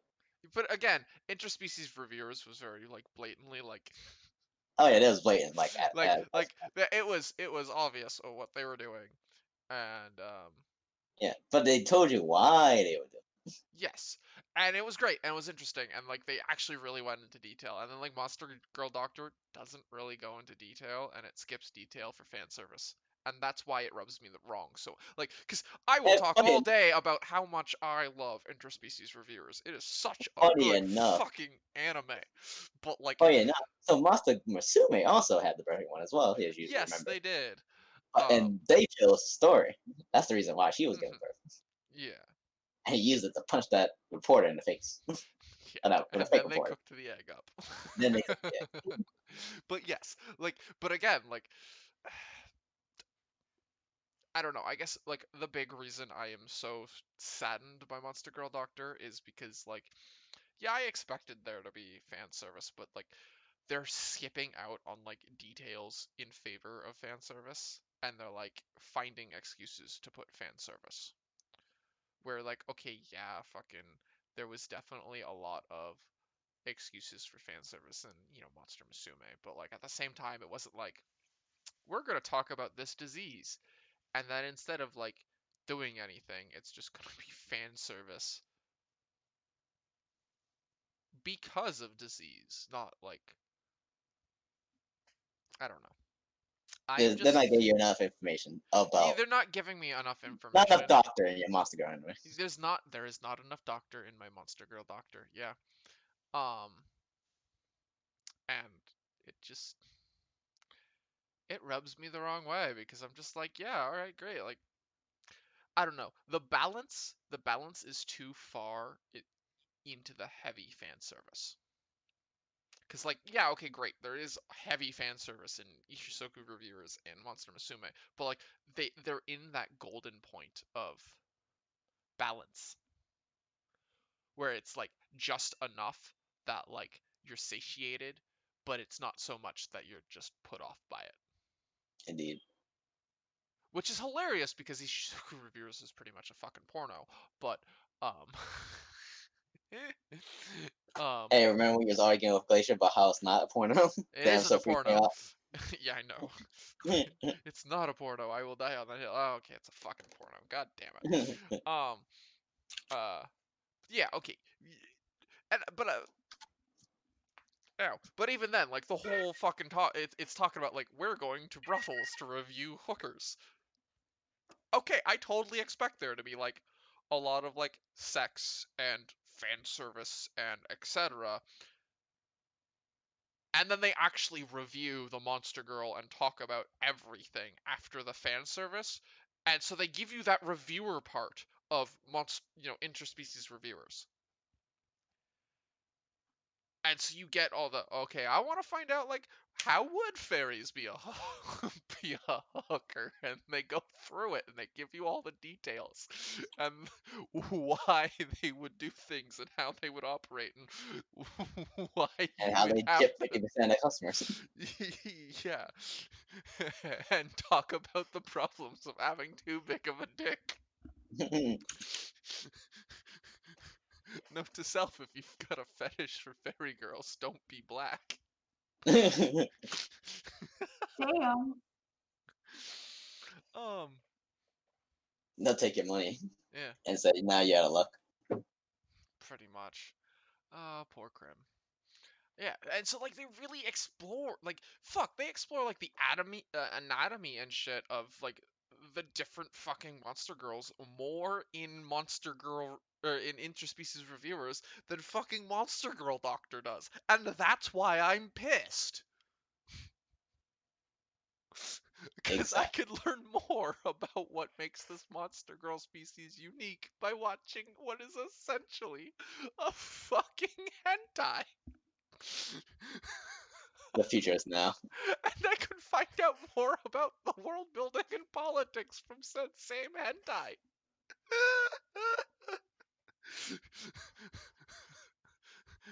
And the different political parties. But like fuck, I'll use the Demon Girl episode of Ishishoku Reviewers. Like, man, that one went into so much detail about like their culture because like their kink was doing contract fulfillment.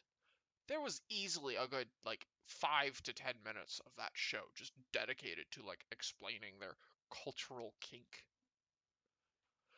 Um, and like that was so cool. I didn't even watch it for like all the sexy fan service. I just watched it because like I wanted to learn more about Monster Girls. And I'm sure. they hey, I wasn't going to complain about the fucking like I said, like the balance was good. It was a great information dump, and then there was sexy fan service. And while they were doing the fan service, you were learning stuff. Hey, Cassie, having trouble with that? Yeah, I was like, I don't like the pose it's in. I wanted to do more of a A little Uh, bit less stiff. I didn't like how stiff it was looking. could you do a? Oh, no, I can't show you. Uh, have its head at the bottom and its tail going up this picture. Maybe that'll make it look less static, as it's like kind of descending. Alright, yeah, maybe. Let me see if I can.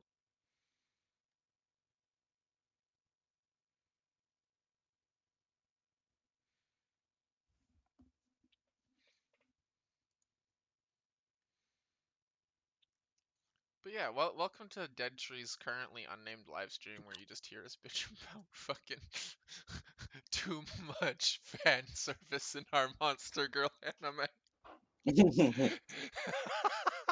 We have a refined palate. Games of Astoria, that's gonna be a sex game, right? No, for we aren't that. We are men of culture, not men of your debauchery. Um, Hand holding in our Christian anime? I think not. Dear God, Oh, there we go. Ha ha ha these ha. degenerates.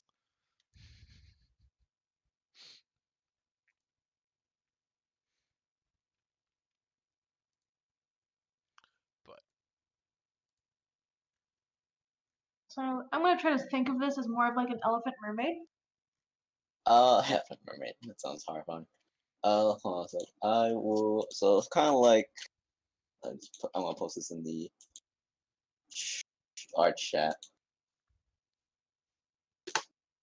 It's like with its head down, the tail's going up, and gun. Nah, it's not gunshots. That's fireworks.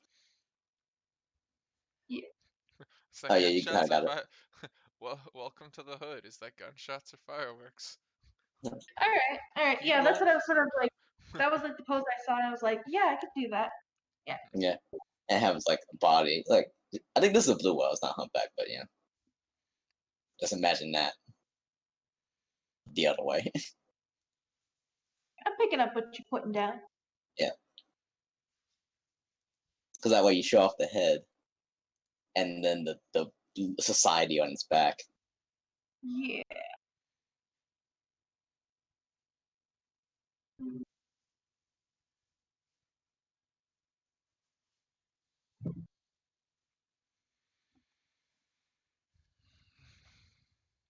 They're surprisingly flexible. Mhm. They are very surprisingly flexible. A little bit thicker. Just a thick little boy.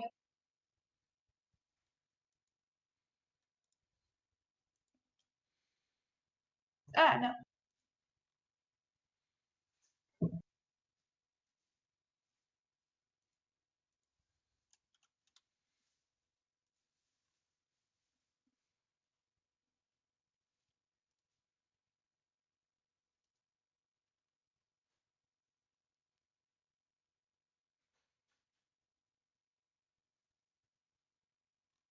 And for the head of it, I'm thinking not just a generic elephant head. Maybe give it like a crest, like a like a. I know I said don't do any dinosaurs, but you know how like Triceratops has like that cresting on its head. Oh, like little spikes? Not Or the like a spikes grid? itself, just like the shield.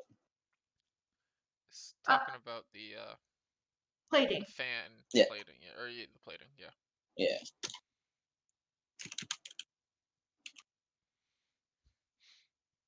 Because that way, once it's like moving in the water, if it breaches, the the water's kind of like going to the sides rather than just Mhm. going across the back of it as Yeah. much anyway. Would that actually work? I have no idea, but it sounds cool to me. Yeah, I mean, sounds cool to me too.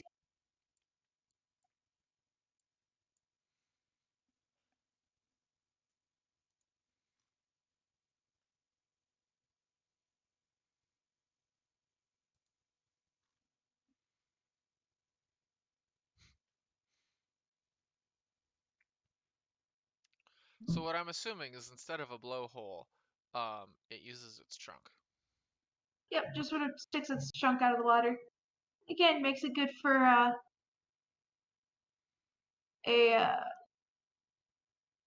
makes it good for, like, again, the nomadic cities, whether they be violent or not, because Mm-hmm. they don't have to fully breach in order to get air. Yeah.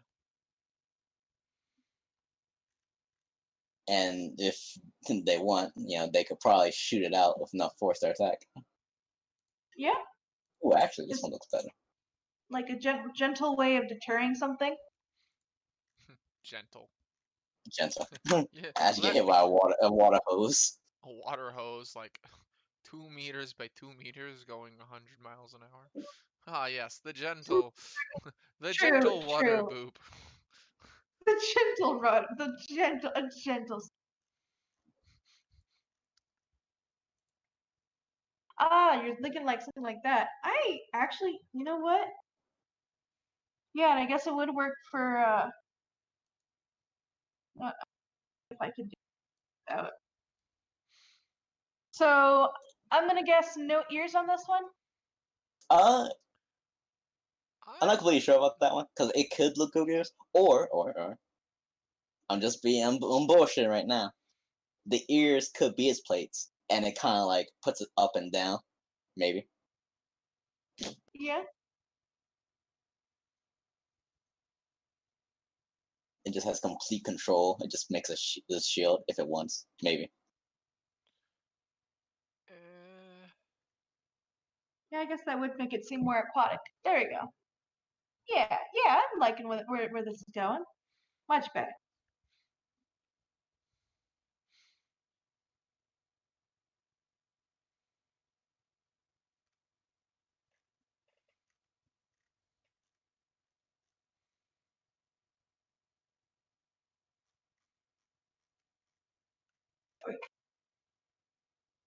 I'm gonna So, oh, great mystical eldritch god, what secrets do you hold? hmm,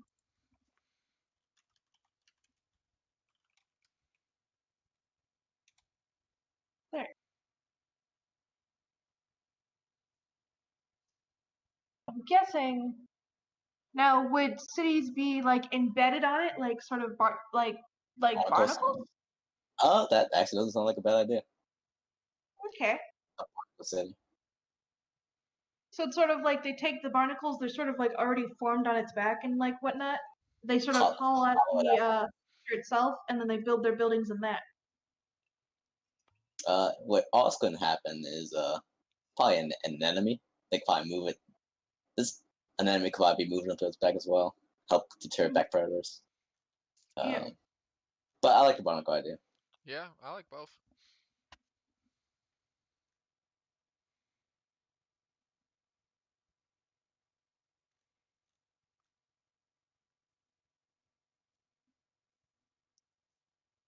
Now the question is, what's the use of tusk for?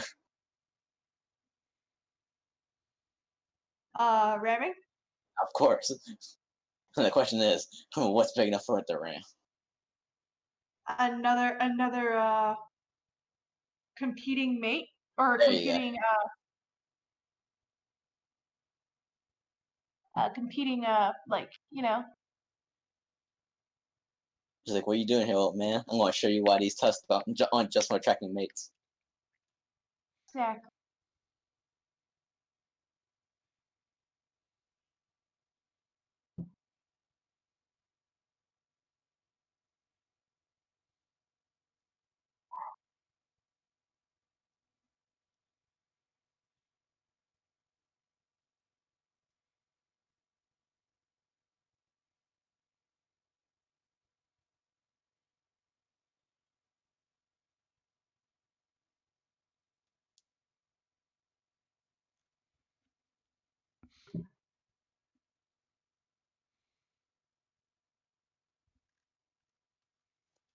Yeah, I'm liking. Hmm. And And it's honestly, I like, could see uh the merfolk probably having massive reigns on this thing. Either that, or they just sort of let it go where its wants ports are based on Probably just where they'd probably just let it go where it wants. And I mean, with a creature that big, it most likely just follows a lot of the oceanic currents, Mm-hmm. keeping Those it are the to a foods they were. pretty, keeping it to a pretty predictable kind of path. Yeah.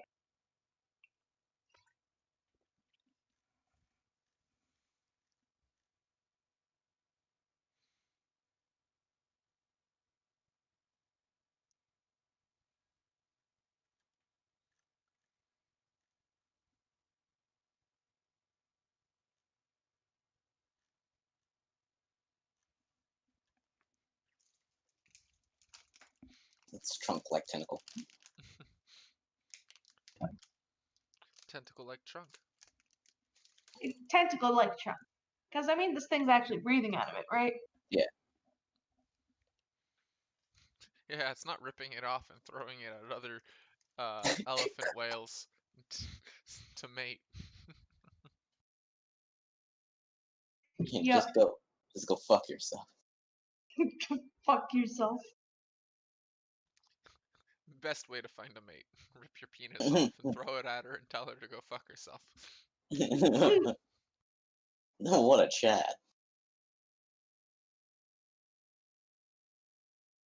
I mean, considering all the sea thoughts nowadays in the octopus community, could you really blame them? Right? Sea thoughts. I'm just sort of putting this here because I feel like if it just if it just has the ears open, even if they are put to the side or whatever, water would like it would have too much pressure it would have too much pressure onto its eardrums and whatnot. So Yeah. this is just sort of like a current buffer. What They're it also can be is the ears on the outside. mm-hmm. Uh, they could be on the inside, so it's not actually like hitting directly into the water. Like the Mm-hmm. current, rather, not because it's Yeah. obviously in the water, but it's not hitting the current. Yeah, Yeah. honestly, to me, it makes a little bit more sense that while they are, elephant-esque ear fins, they're actually more like air brakes. Um, Yeah. and used for steering, and they're not actually ears and don't function as ears. They are just a fin. Yeah, because actually, sound transfers greatly in water. So having ears that big, they could probably hear something from like across the world. Probably. Ah, yes, like the little kid with it, Little with chicks it, fucking crying in the radar pool. dishes. Yeah. it, it hears its prayers. Yep. All right, child who cries for ice cream shall have it. We shall This go song is up ice cream. north. It will take 6 months, but we will go there, and you shall get your ice cream. The Fair. Odyssey.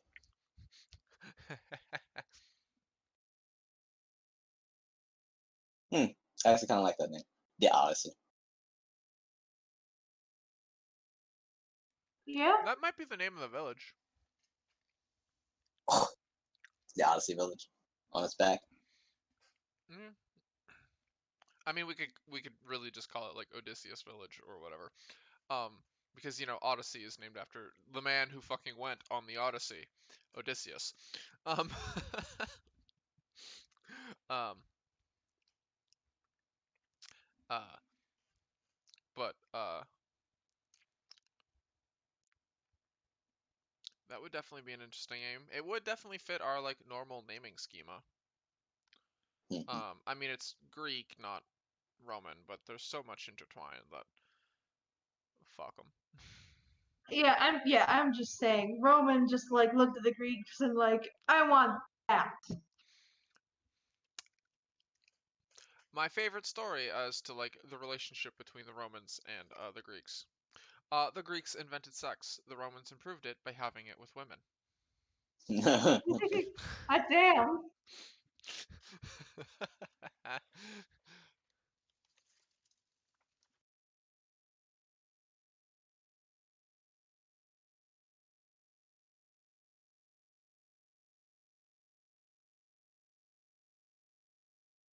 And there's pretty much the same joke, except it goes, did you know that the Greeks were the first people who invented condoms?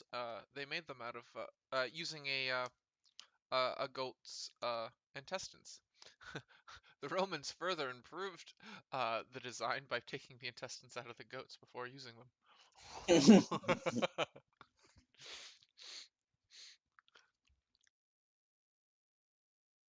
Truly. It's okay, I can make fun of them. They're Europeans. That makes them white people. You Yeah. right. Even though, like, Greeks aren't really white. Huh? Semantics. Okay. Yeah, I like how swole this thing looks. It's very swole. It's so swole. Thank you. Flexes its trunk. Welcome to the gun show. Yeah. Tough little boy. So what does it All end right. up using its tusks for underwater?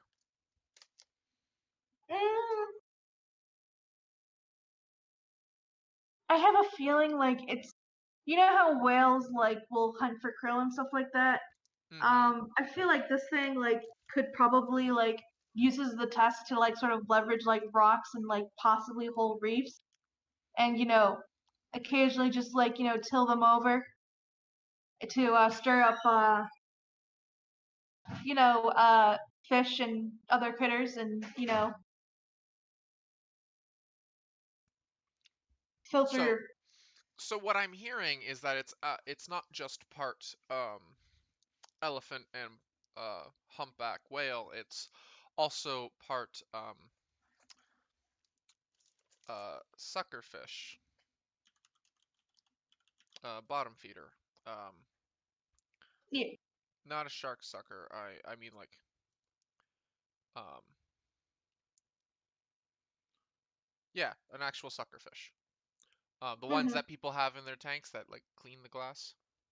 Mhm. Um, and is a forager in that sense. Mhm.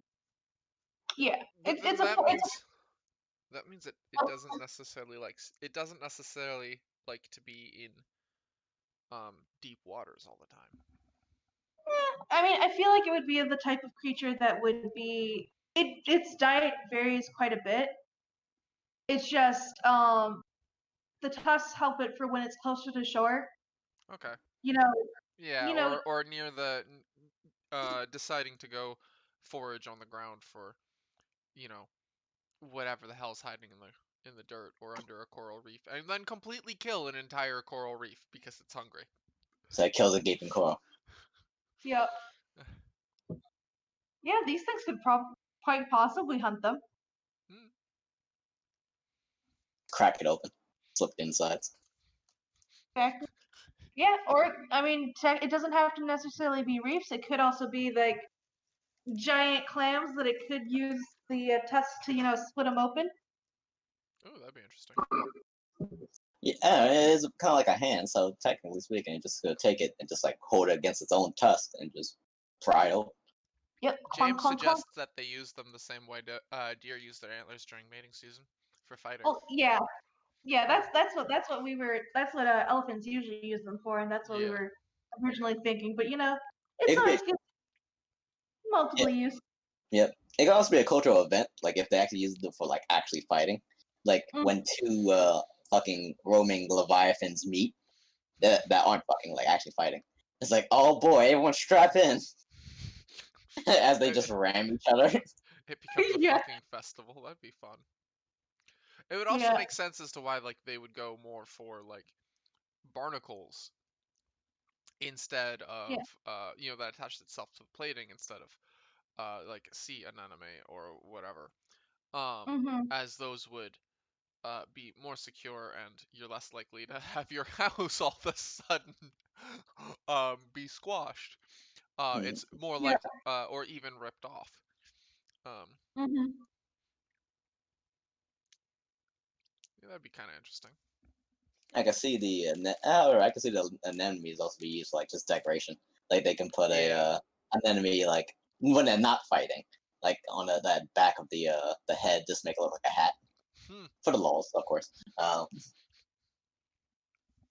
the majestic sea leviathan, and it's due. A majestic sea flap flap. Yeah, I can see that. So I'm just gonna make like 3 or 4 different versions of a house and just sort of copy and paste it and sort it from there. Ah, yes, cheat codes. How Just dare because, you? how dare I cheat?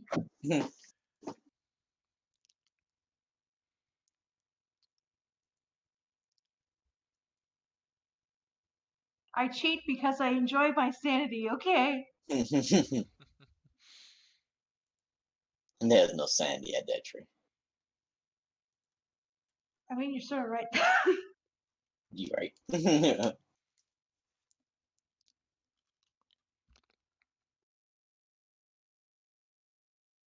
I know I'm kind of in love with the idea of how they just treat that as a festival and they just ram each other. Yep, I mean, they could totally just call it the running of the bulls and be not wrong. Yeah, it's true. How big do you want them to be compared to a house? That's a good question. Well, let's see how big the size of the girls would be, depending on who's living there, which could be anywhere from probably like a foot to like 6. I want to say that's living on its back. Let me look at Well, the soil. the houses definitely have to be small enough to have a village on them, and a village with enough genetic diversity that it's not. I mean, okay, there's. Well, how big are these things? Because if we're going like actual war size, we can have many of these things around. So the village doesn't have to be too huge. Yeah, I Mm-hmm. mean that's true. But if Honestly, they're though, from like gigantic, yeah, we can have like a whole village, and they can only be like a couple. yeah, I feel like it'd be better if it was like a whole village and there's only like one or two. Like, there's really not that many of these elephant things. Um, Yeah. Let me look up some sizes real fast. Also, I still am not really a big fan of like that detailed ear. I still say ear would be on the inner side of it. I like that's what I said. Like, keep the scales and the Yeah. ridge line, but like the actual like flap and demonstrating that it's a full ear. Alright, I'd yeah. say remove that, and then just keep Okay. that ridge line, and then yeah, like essentially have the ear be a part of its skull, like with a normal blue whale. Also, this isn't related. This is just hilarious. Alright. So, you know what? Yeah, and then like essentially just turn those into like direct, fins. So a Yeah. blue whale at max so far is like around 90 feet. So that's like 2 school buses. Yeah. Which is not really big enough for a village, like unless they was having like small krill girls or something on his back. Like a village of kobolds. Fairies. Not even kobolds. You gotta have like fairies to be like living on his back if it's that size. To have an actual like village. Fair. Like literally just like one family could probably live on one back. Yeah. If anything, because that's basically a ship, like small yacht or something. So if we're going bigger for a whole village, now that let me see, look soon. Largest. Megalodon. Like, I think Megalodon's bigger. Maybe the same size actually. Yeah. Let me check these sizes real fast, and let me do some research.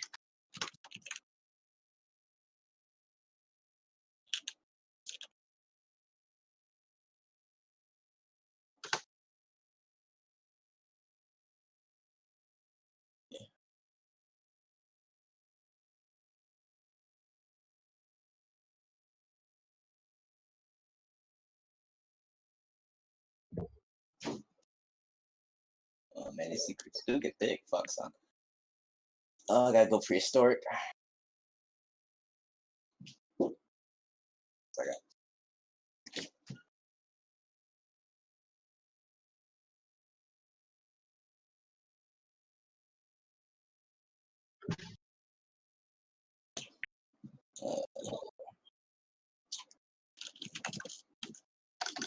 Goddamn campfire.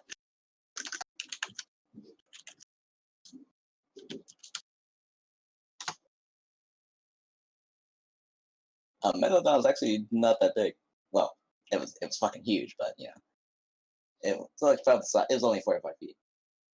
or 60 feet long.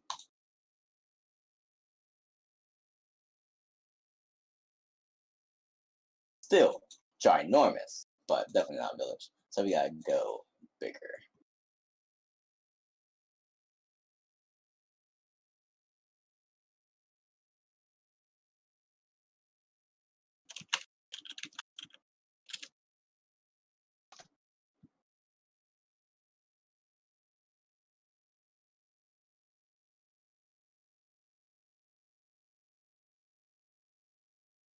Oh shit, is it really the blue whale?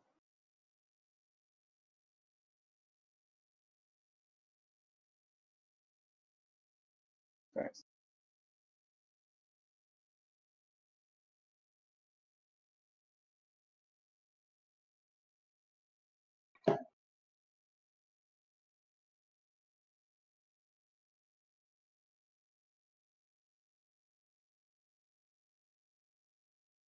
Okay, so blue whale's more like free school buses, but I digress.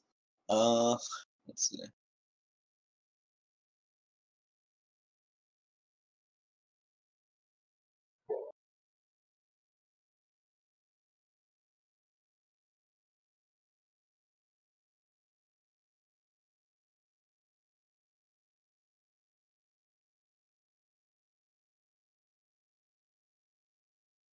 Huh. Alright, so the blue whale is the biggest. And it's the biggest that's ever been, apparently. That's weird. You think there'd be things bigger? I thought there was gonna be things big in the prehistoric era, but apparently not. Apparently, Megalodon was like the reigning champ because they used to hunt whales too. But then the blue whale came in and just kind of like shed on everyone. Hmm.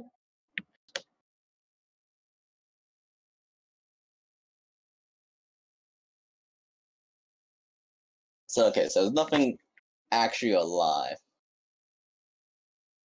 that would be big enough to hold a village of people. Mm-hmm. So unless they was like crows or something or fairies.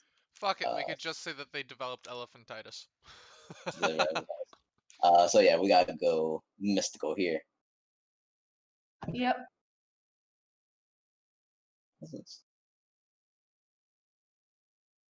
I mean, I'm pretty okay with that. That's And like fine. the size of the houses and that you've sort of sketched Yeah. out look pretty okay to me. What do you think, Zen? One second, I'm not looking at it. However, there has been the longest creature ever recorded, but it's a synthivore, which is a marine organism. Hmm. Yep. Which basically is floating. I don't even know what to call this shit. It's living string, essentially. Mm-hmm. Uh, looks like that.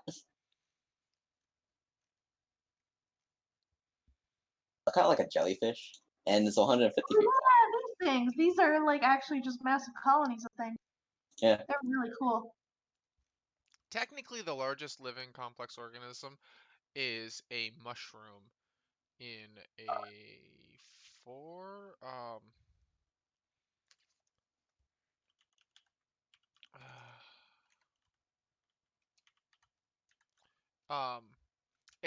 it's a series of mushrooms and it just has this massive fucking like 9 kilometer square root system or something stupid like that.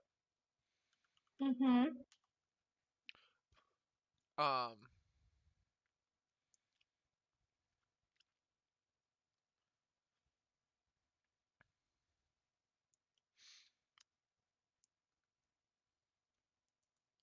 Hmm. Anyway, so yeah, so we gotta go like Atlantis, Leviathan. You know, that Mm-hmm. giant lobster thing. Yeah.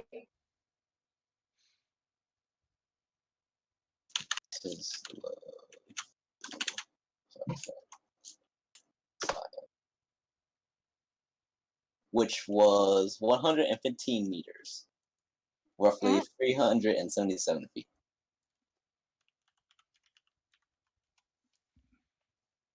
no, sorry, it's an aspen tree. An Uh aspen tree. Yeah, no, so it's an aspen tree. It's a whole forest that's one single tree connected by um a massive fucking um root system. So it's all essentially it's one tree with a forest uh it's one tree root with like a forest worth of trees coming out of the ground for it. Hmm. And it's 8 kilometers. That's Um awesome. So that's totally where that non-named island is about, right? um yeah. Uh yeah, but it's one individual quaking aspen named Pando. They named it. Might as well worship as a god at this point. Pretty much.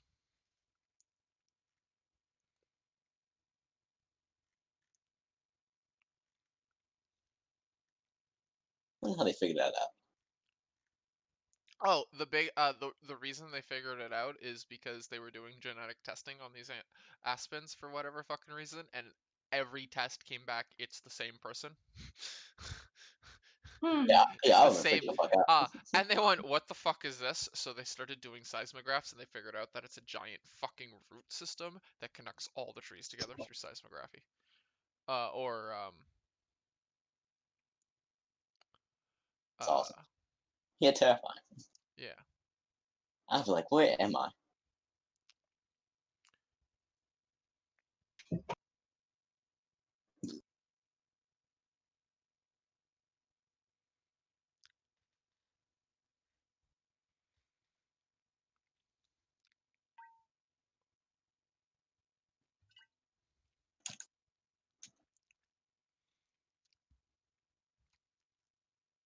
Also, Castor, I don't know if you play a lot of video games, but I believe you will like Subnautica.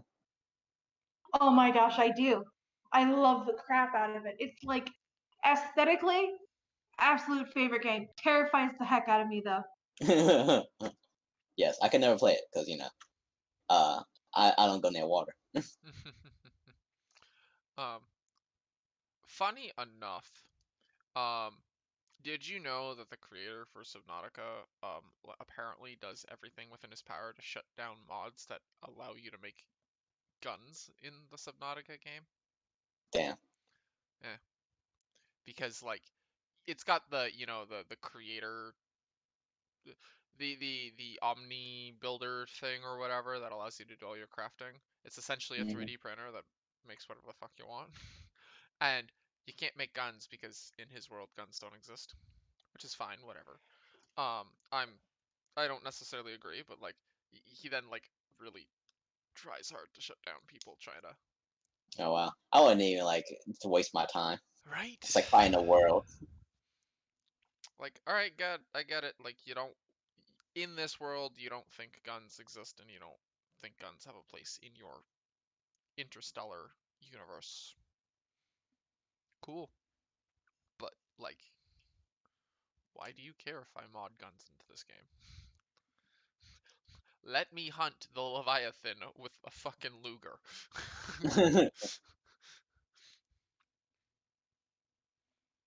Also, for a comparison of things, this is a picture of the world's largest submarine. What the hell is that? Submarine. Yeah, Submarine? there you go. I don't know why I'm having a stroke right now.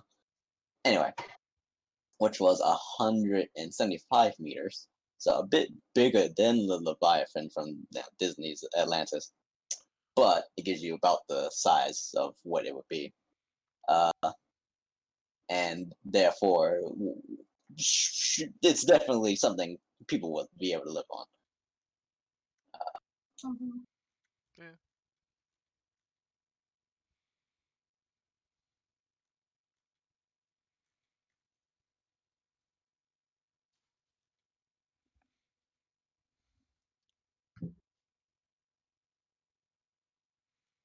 Anyway, so back to actually looking at the.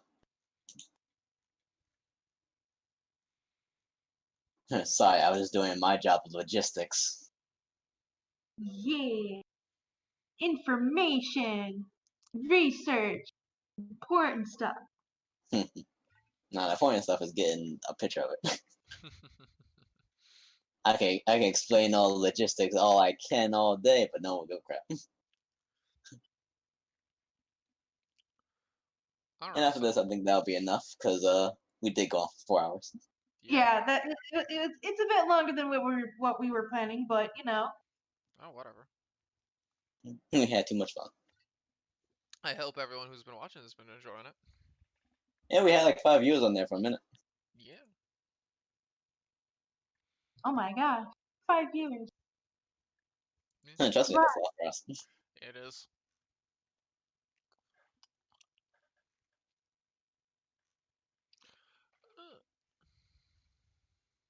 And James, if he's still here, has been here for most of it. So good on him. Awesome. What the fuck? Sorry.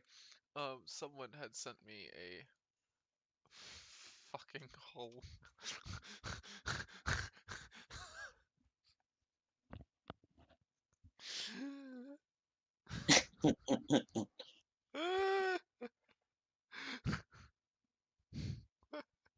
Uncircumcised.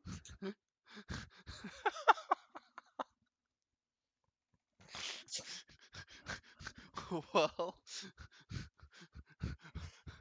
it makes sense because that banana is expelling children from it. Nah,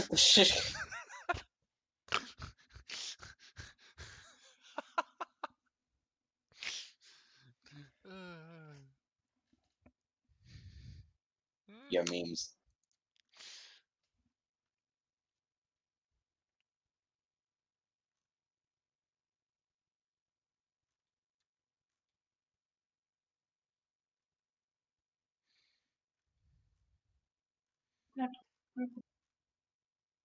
Also, in case Kitcher decides to be angry at me for making so many layers,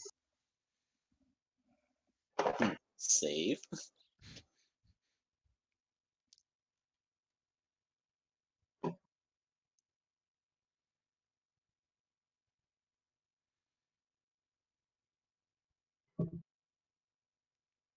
alright, cool. It's saved.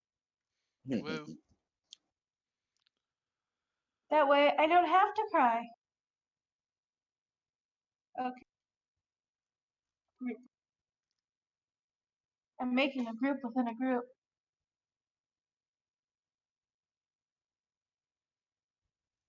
Probably.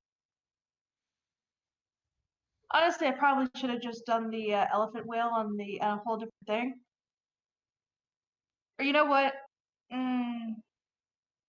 I'm gonna use these houses, but I don't think I'm gonna have to do the asset thing for it, just because it's gonna end up being make this file. It's gonna cause Kitra to have a. It's like, what are you doing to me? Exact.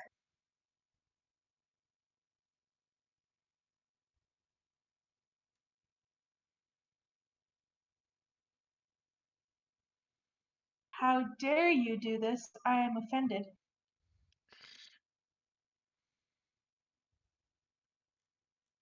Good.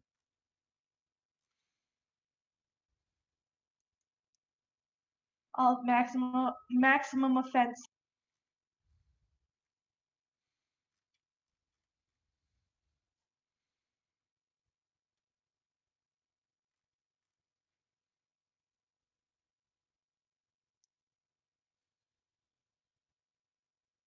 I said this, I thought, I'm worried about them, like, living there. I keep forgetting, like, they all swim.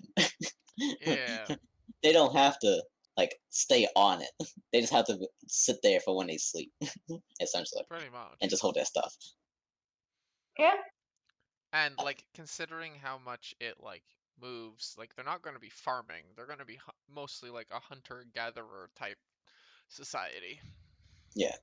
So it definitely can have like more things packed in close. Man, that's just like, oh man, they're gonna like go too deep and drown. What you mean like fucking drown mermaid chan or I'm like, yeah, and this is going to me. I suck cocks. Yeah, they fucking swim. Like, what the fuck am I talking about? They don't need to use this thing other than sleep and hold that shit.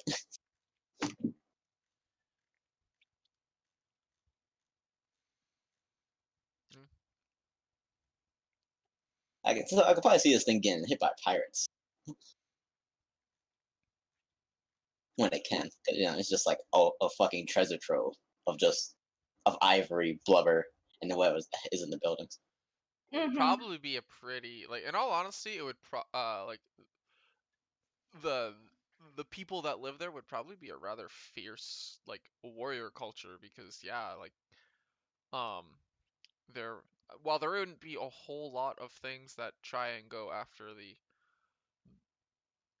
elephant itself just because it's so fucking massive, like what are you fucking gonna do? Stab it with your pocket knife? Like Exactly. um Swim me close. I'm gonna hit it with my sword. um I wish to throw a fireball at the giant elephants. that's underwater. Exactly. I'm Okay, going to. roll it. Yep.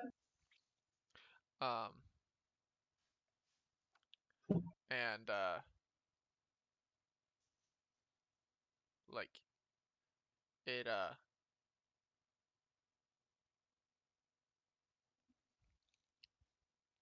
it just fucking like it just it seems more to me like the biggest danger for them would just be people trying to like ransack the actual buildings and Mhm. pirates trying to like you know fight the people or steal their stuff and pillage the village itself and then mostly like leave this ginormous sea creature alone because like again what are they gonna do, fucking stab it with their pocket knife? What are you gonna do, stab me? Says guy who got stabbed. um so like it seems to me like they'd be more like really defensive, plus on top of that like smaller animals that like great white sharks that like obviously would not be a predator for this massive fucking thing would probably like a lot of animals would most likely have a habit of going, oh, I see that big fucker there, it's not going to touch me, but the things on its back are tasty. Yeah. So like I feel like the people on it would be very accustomed to like swimming and fighting and like just being hunters and warriors um because yeah, like, and on top of that, they've got to be able to swim out and go hunt things. Um, primarily like fishing all the things that get attracted to the elephant, especially like when it's foraging. It's if it's foraging on the ground, it's going to kick up a lot of animals and a lot of creatures that are not going to enjoy being um, disturbed.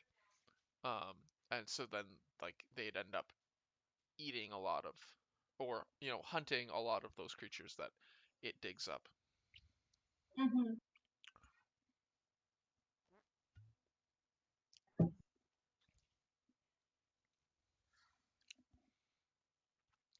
So yeah, I guess the Leviathan colonies would have some pretty badass people living on them. Yeah. See what it's like.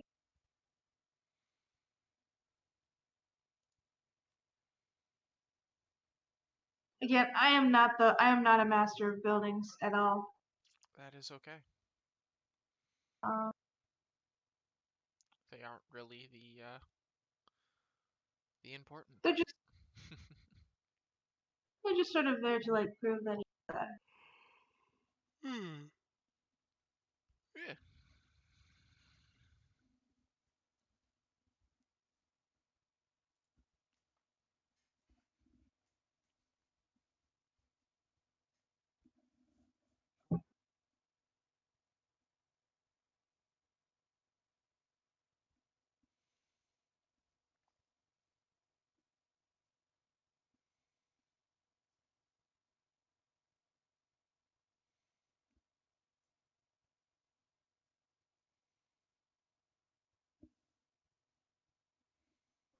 Would there be any buildings on the bottom? Or would that just be barnacles? That could be. I definitely could see it.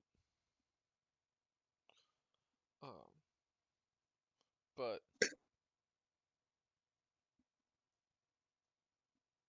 I feel like there probably wouldn't be as many just because like those giant fins would protect.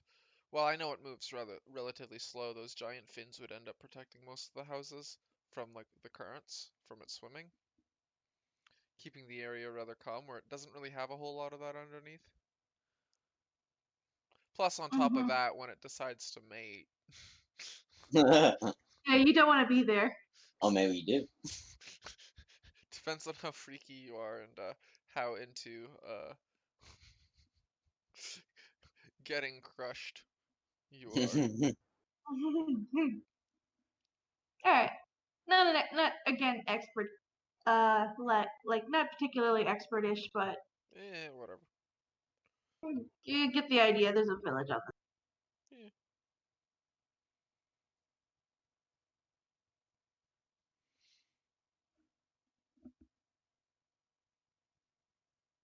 there, and I don't want to take up too much of everyone's time. Oh no, I'm off all week. I'm good. Yeah. I'm currently like jobless because of the beer flu, so Yeah, I just got a job, which I'm really excited about. nice. Uh, it's part time, but honestly, I was only really looking for part time because I didn't want to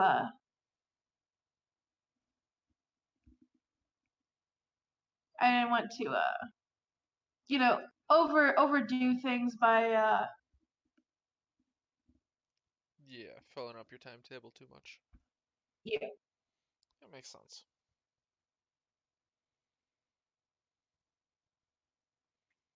Alrighty, I'm just gonna do well a sketch. We could end it here. Yeah, that Unless of course you makes. guys would like me to huh? Oh, that doesn't matter to me. I mean, I think we're kind of running out of steam of things to talk about, anyways. Yeah, running out of steam for right now. I think it might be a good Okay. idea You because can I mean finish up on Thursday. Yeah. yeah Or yeah I can yeah, or finish it up outside of this. yeah, up to you. Yeah. All right. In that case, thank you everyone for joining. Yes. Uh we're planning on doing these kind of streams every Tuesday and Thursday. The times are gonna kind of change depending on our availability, but Thursday um we're thinking 6 p.m. again, correct? Eastern. Yep. Yep. All right, Works for me. so same time on Thursday. Thank you all for watching. Also, what do we want to even call this um stream? I don't know. Monster Mash. The Monster Mash. Um, you can mash. Fuck, I was listening to that recently. Um, Yeah. you can do the Monster Mash, and you can mash. It was a Astorian bash. But um, yeah, we encountered quite a bit actually. yeah, So let's see. Let's recap. We got the Nog. yeah, Yep, the Nog. We got the Nog. The rapid yeah. We're horse. ending because you came back, Versal. We Um, but yeah, sorry, you guys were saying. got the Nog, Mhm. little The bunny horse, bunny horse. We got the Nog. The Crommel. the Crom. That thing looks Crane. badass. I really like it. That fucking Featherfoot is also fucking badass. And the I Featherfoot. want one. Same here. I want one. Um, I'm guessing these guys probably have a wide range of colors and stuff like that. Oh, Though they probably. tend to be. Oh yeah, probably tend to be more on the white side, but they can be any color. Just sort of Honestly, like I mean, white side's probably like their winter coat. yeah. And then during the summer, they're just like a whole fan of different colors. Oh yeah. Though their eyes are always red. Always right. Alright, is it an And And then albino? Nope. nope, it's just like that. Yeah. It just peers into your soul. And we're gonna call it a whale then. The And whale thing. yeah, I thought we were just gonna call it a leviathan. Leviathan, Lord of the Sea. Hmm. The Sea Lord.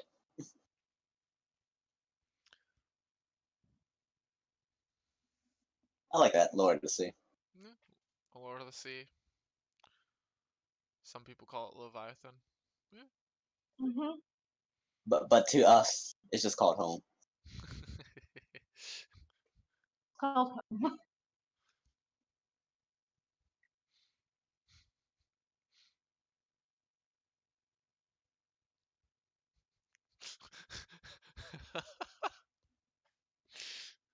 So this is why I uh, respect Astroke. It's like, okay, we're wrapping up. Still works. right. I'm sorry, I get distracted. I was like, man, this isn't done. I probably should have this done. You're like, oh, yeah, we're done. We. Um, I get distracted. I'm very easily distracted. don't worry about it. And also, Russell suggested calling the stream Arts and Lores. Arts and lores. Yeah, that works really well. I mean, that's to the point. Dames of Lostoria. Ass, grass, and lore. Ass grass and lore. Beautiful. Nobody Cash watches grass for and free. Astroria. Cash, grass, and Astoria. Nobody watches for free. Nobody. This is there. Uh,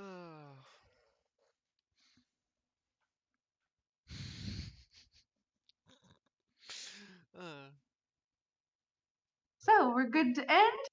pretty much, I guess I might as well just cut her fucking there. Thank you all for watching, and we'll see you on Thursday. Yep. Bye. Versal says, wait, what Versal? Arts of lore stories.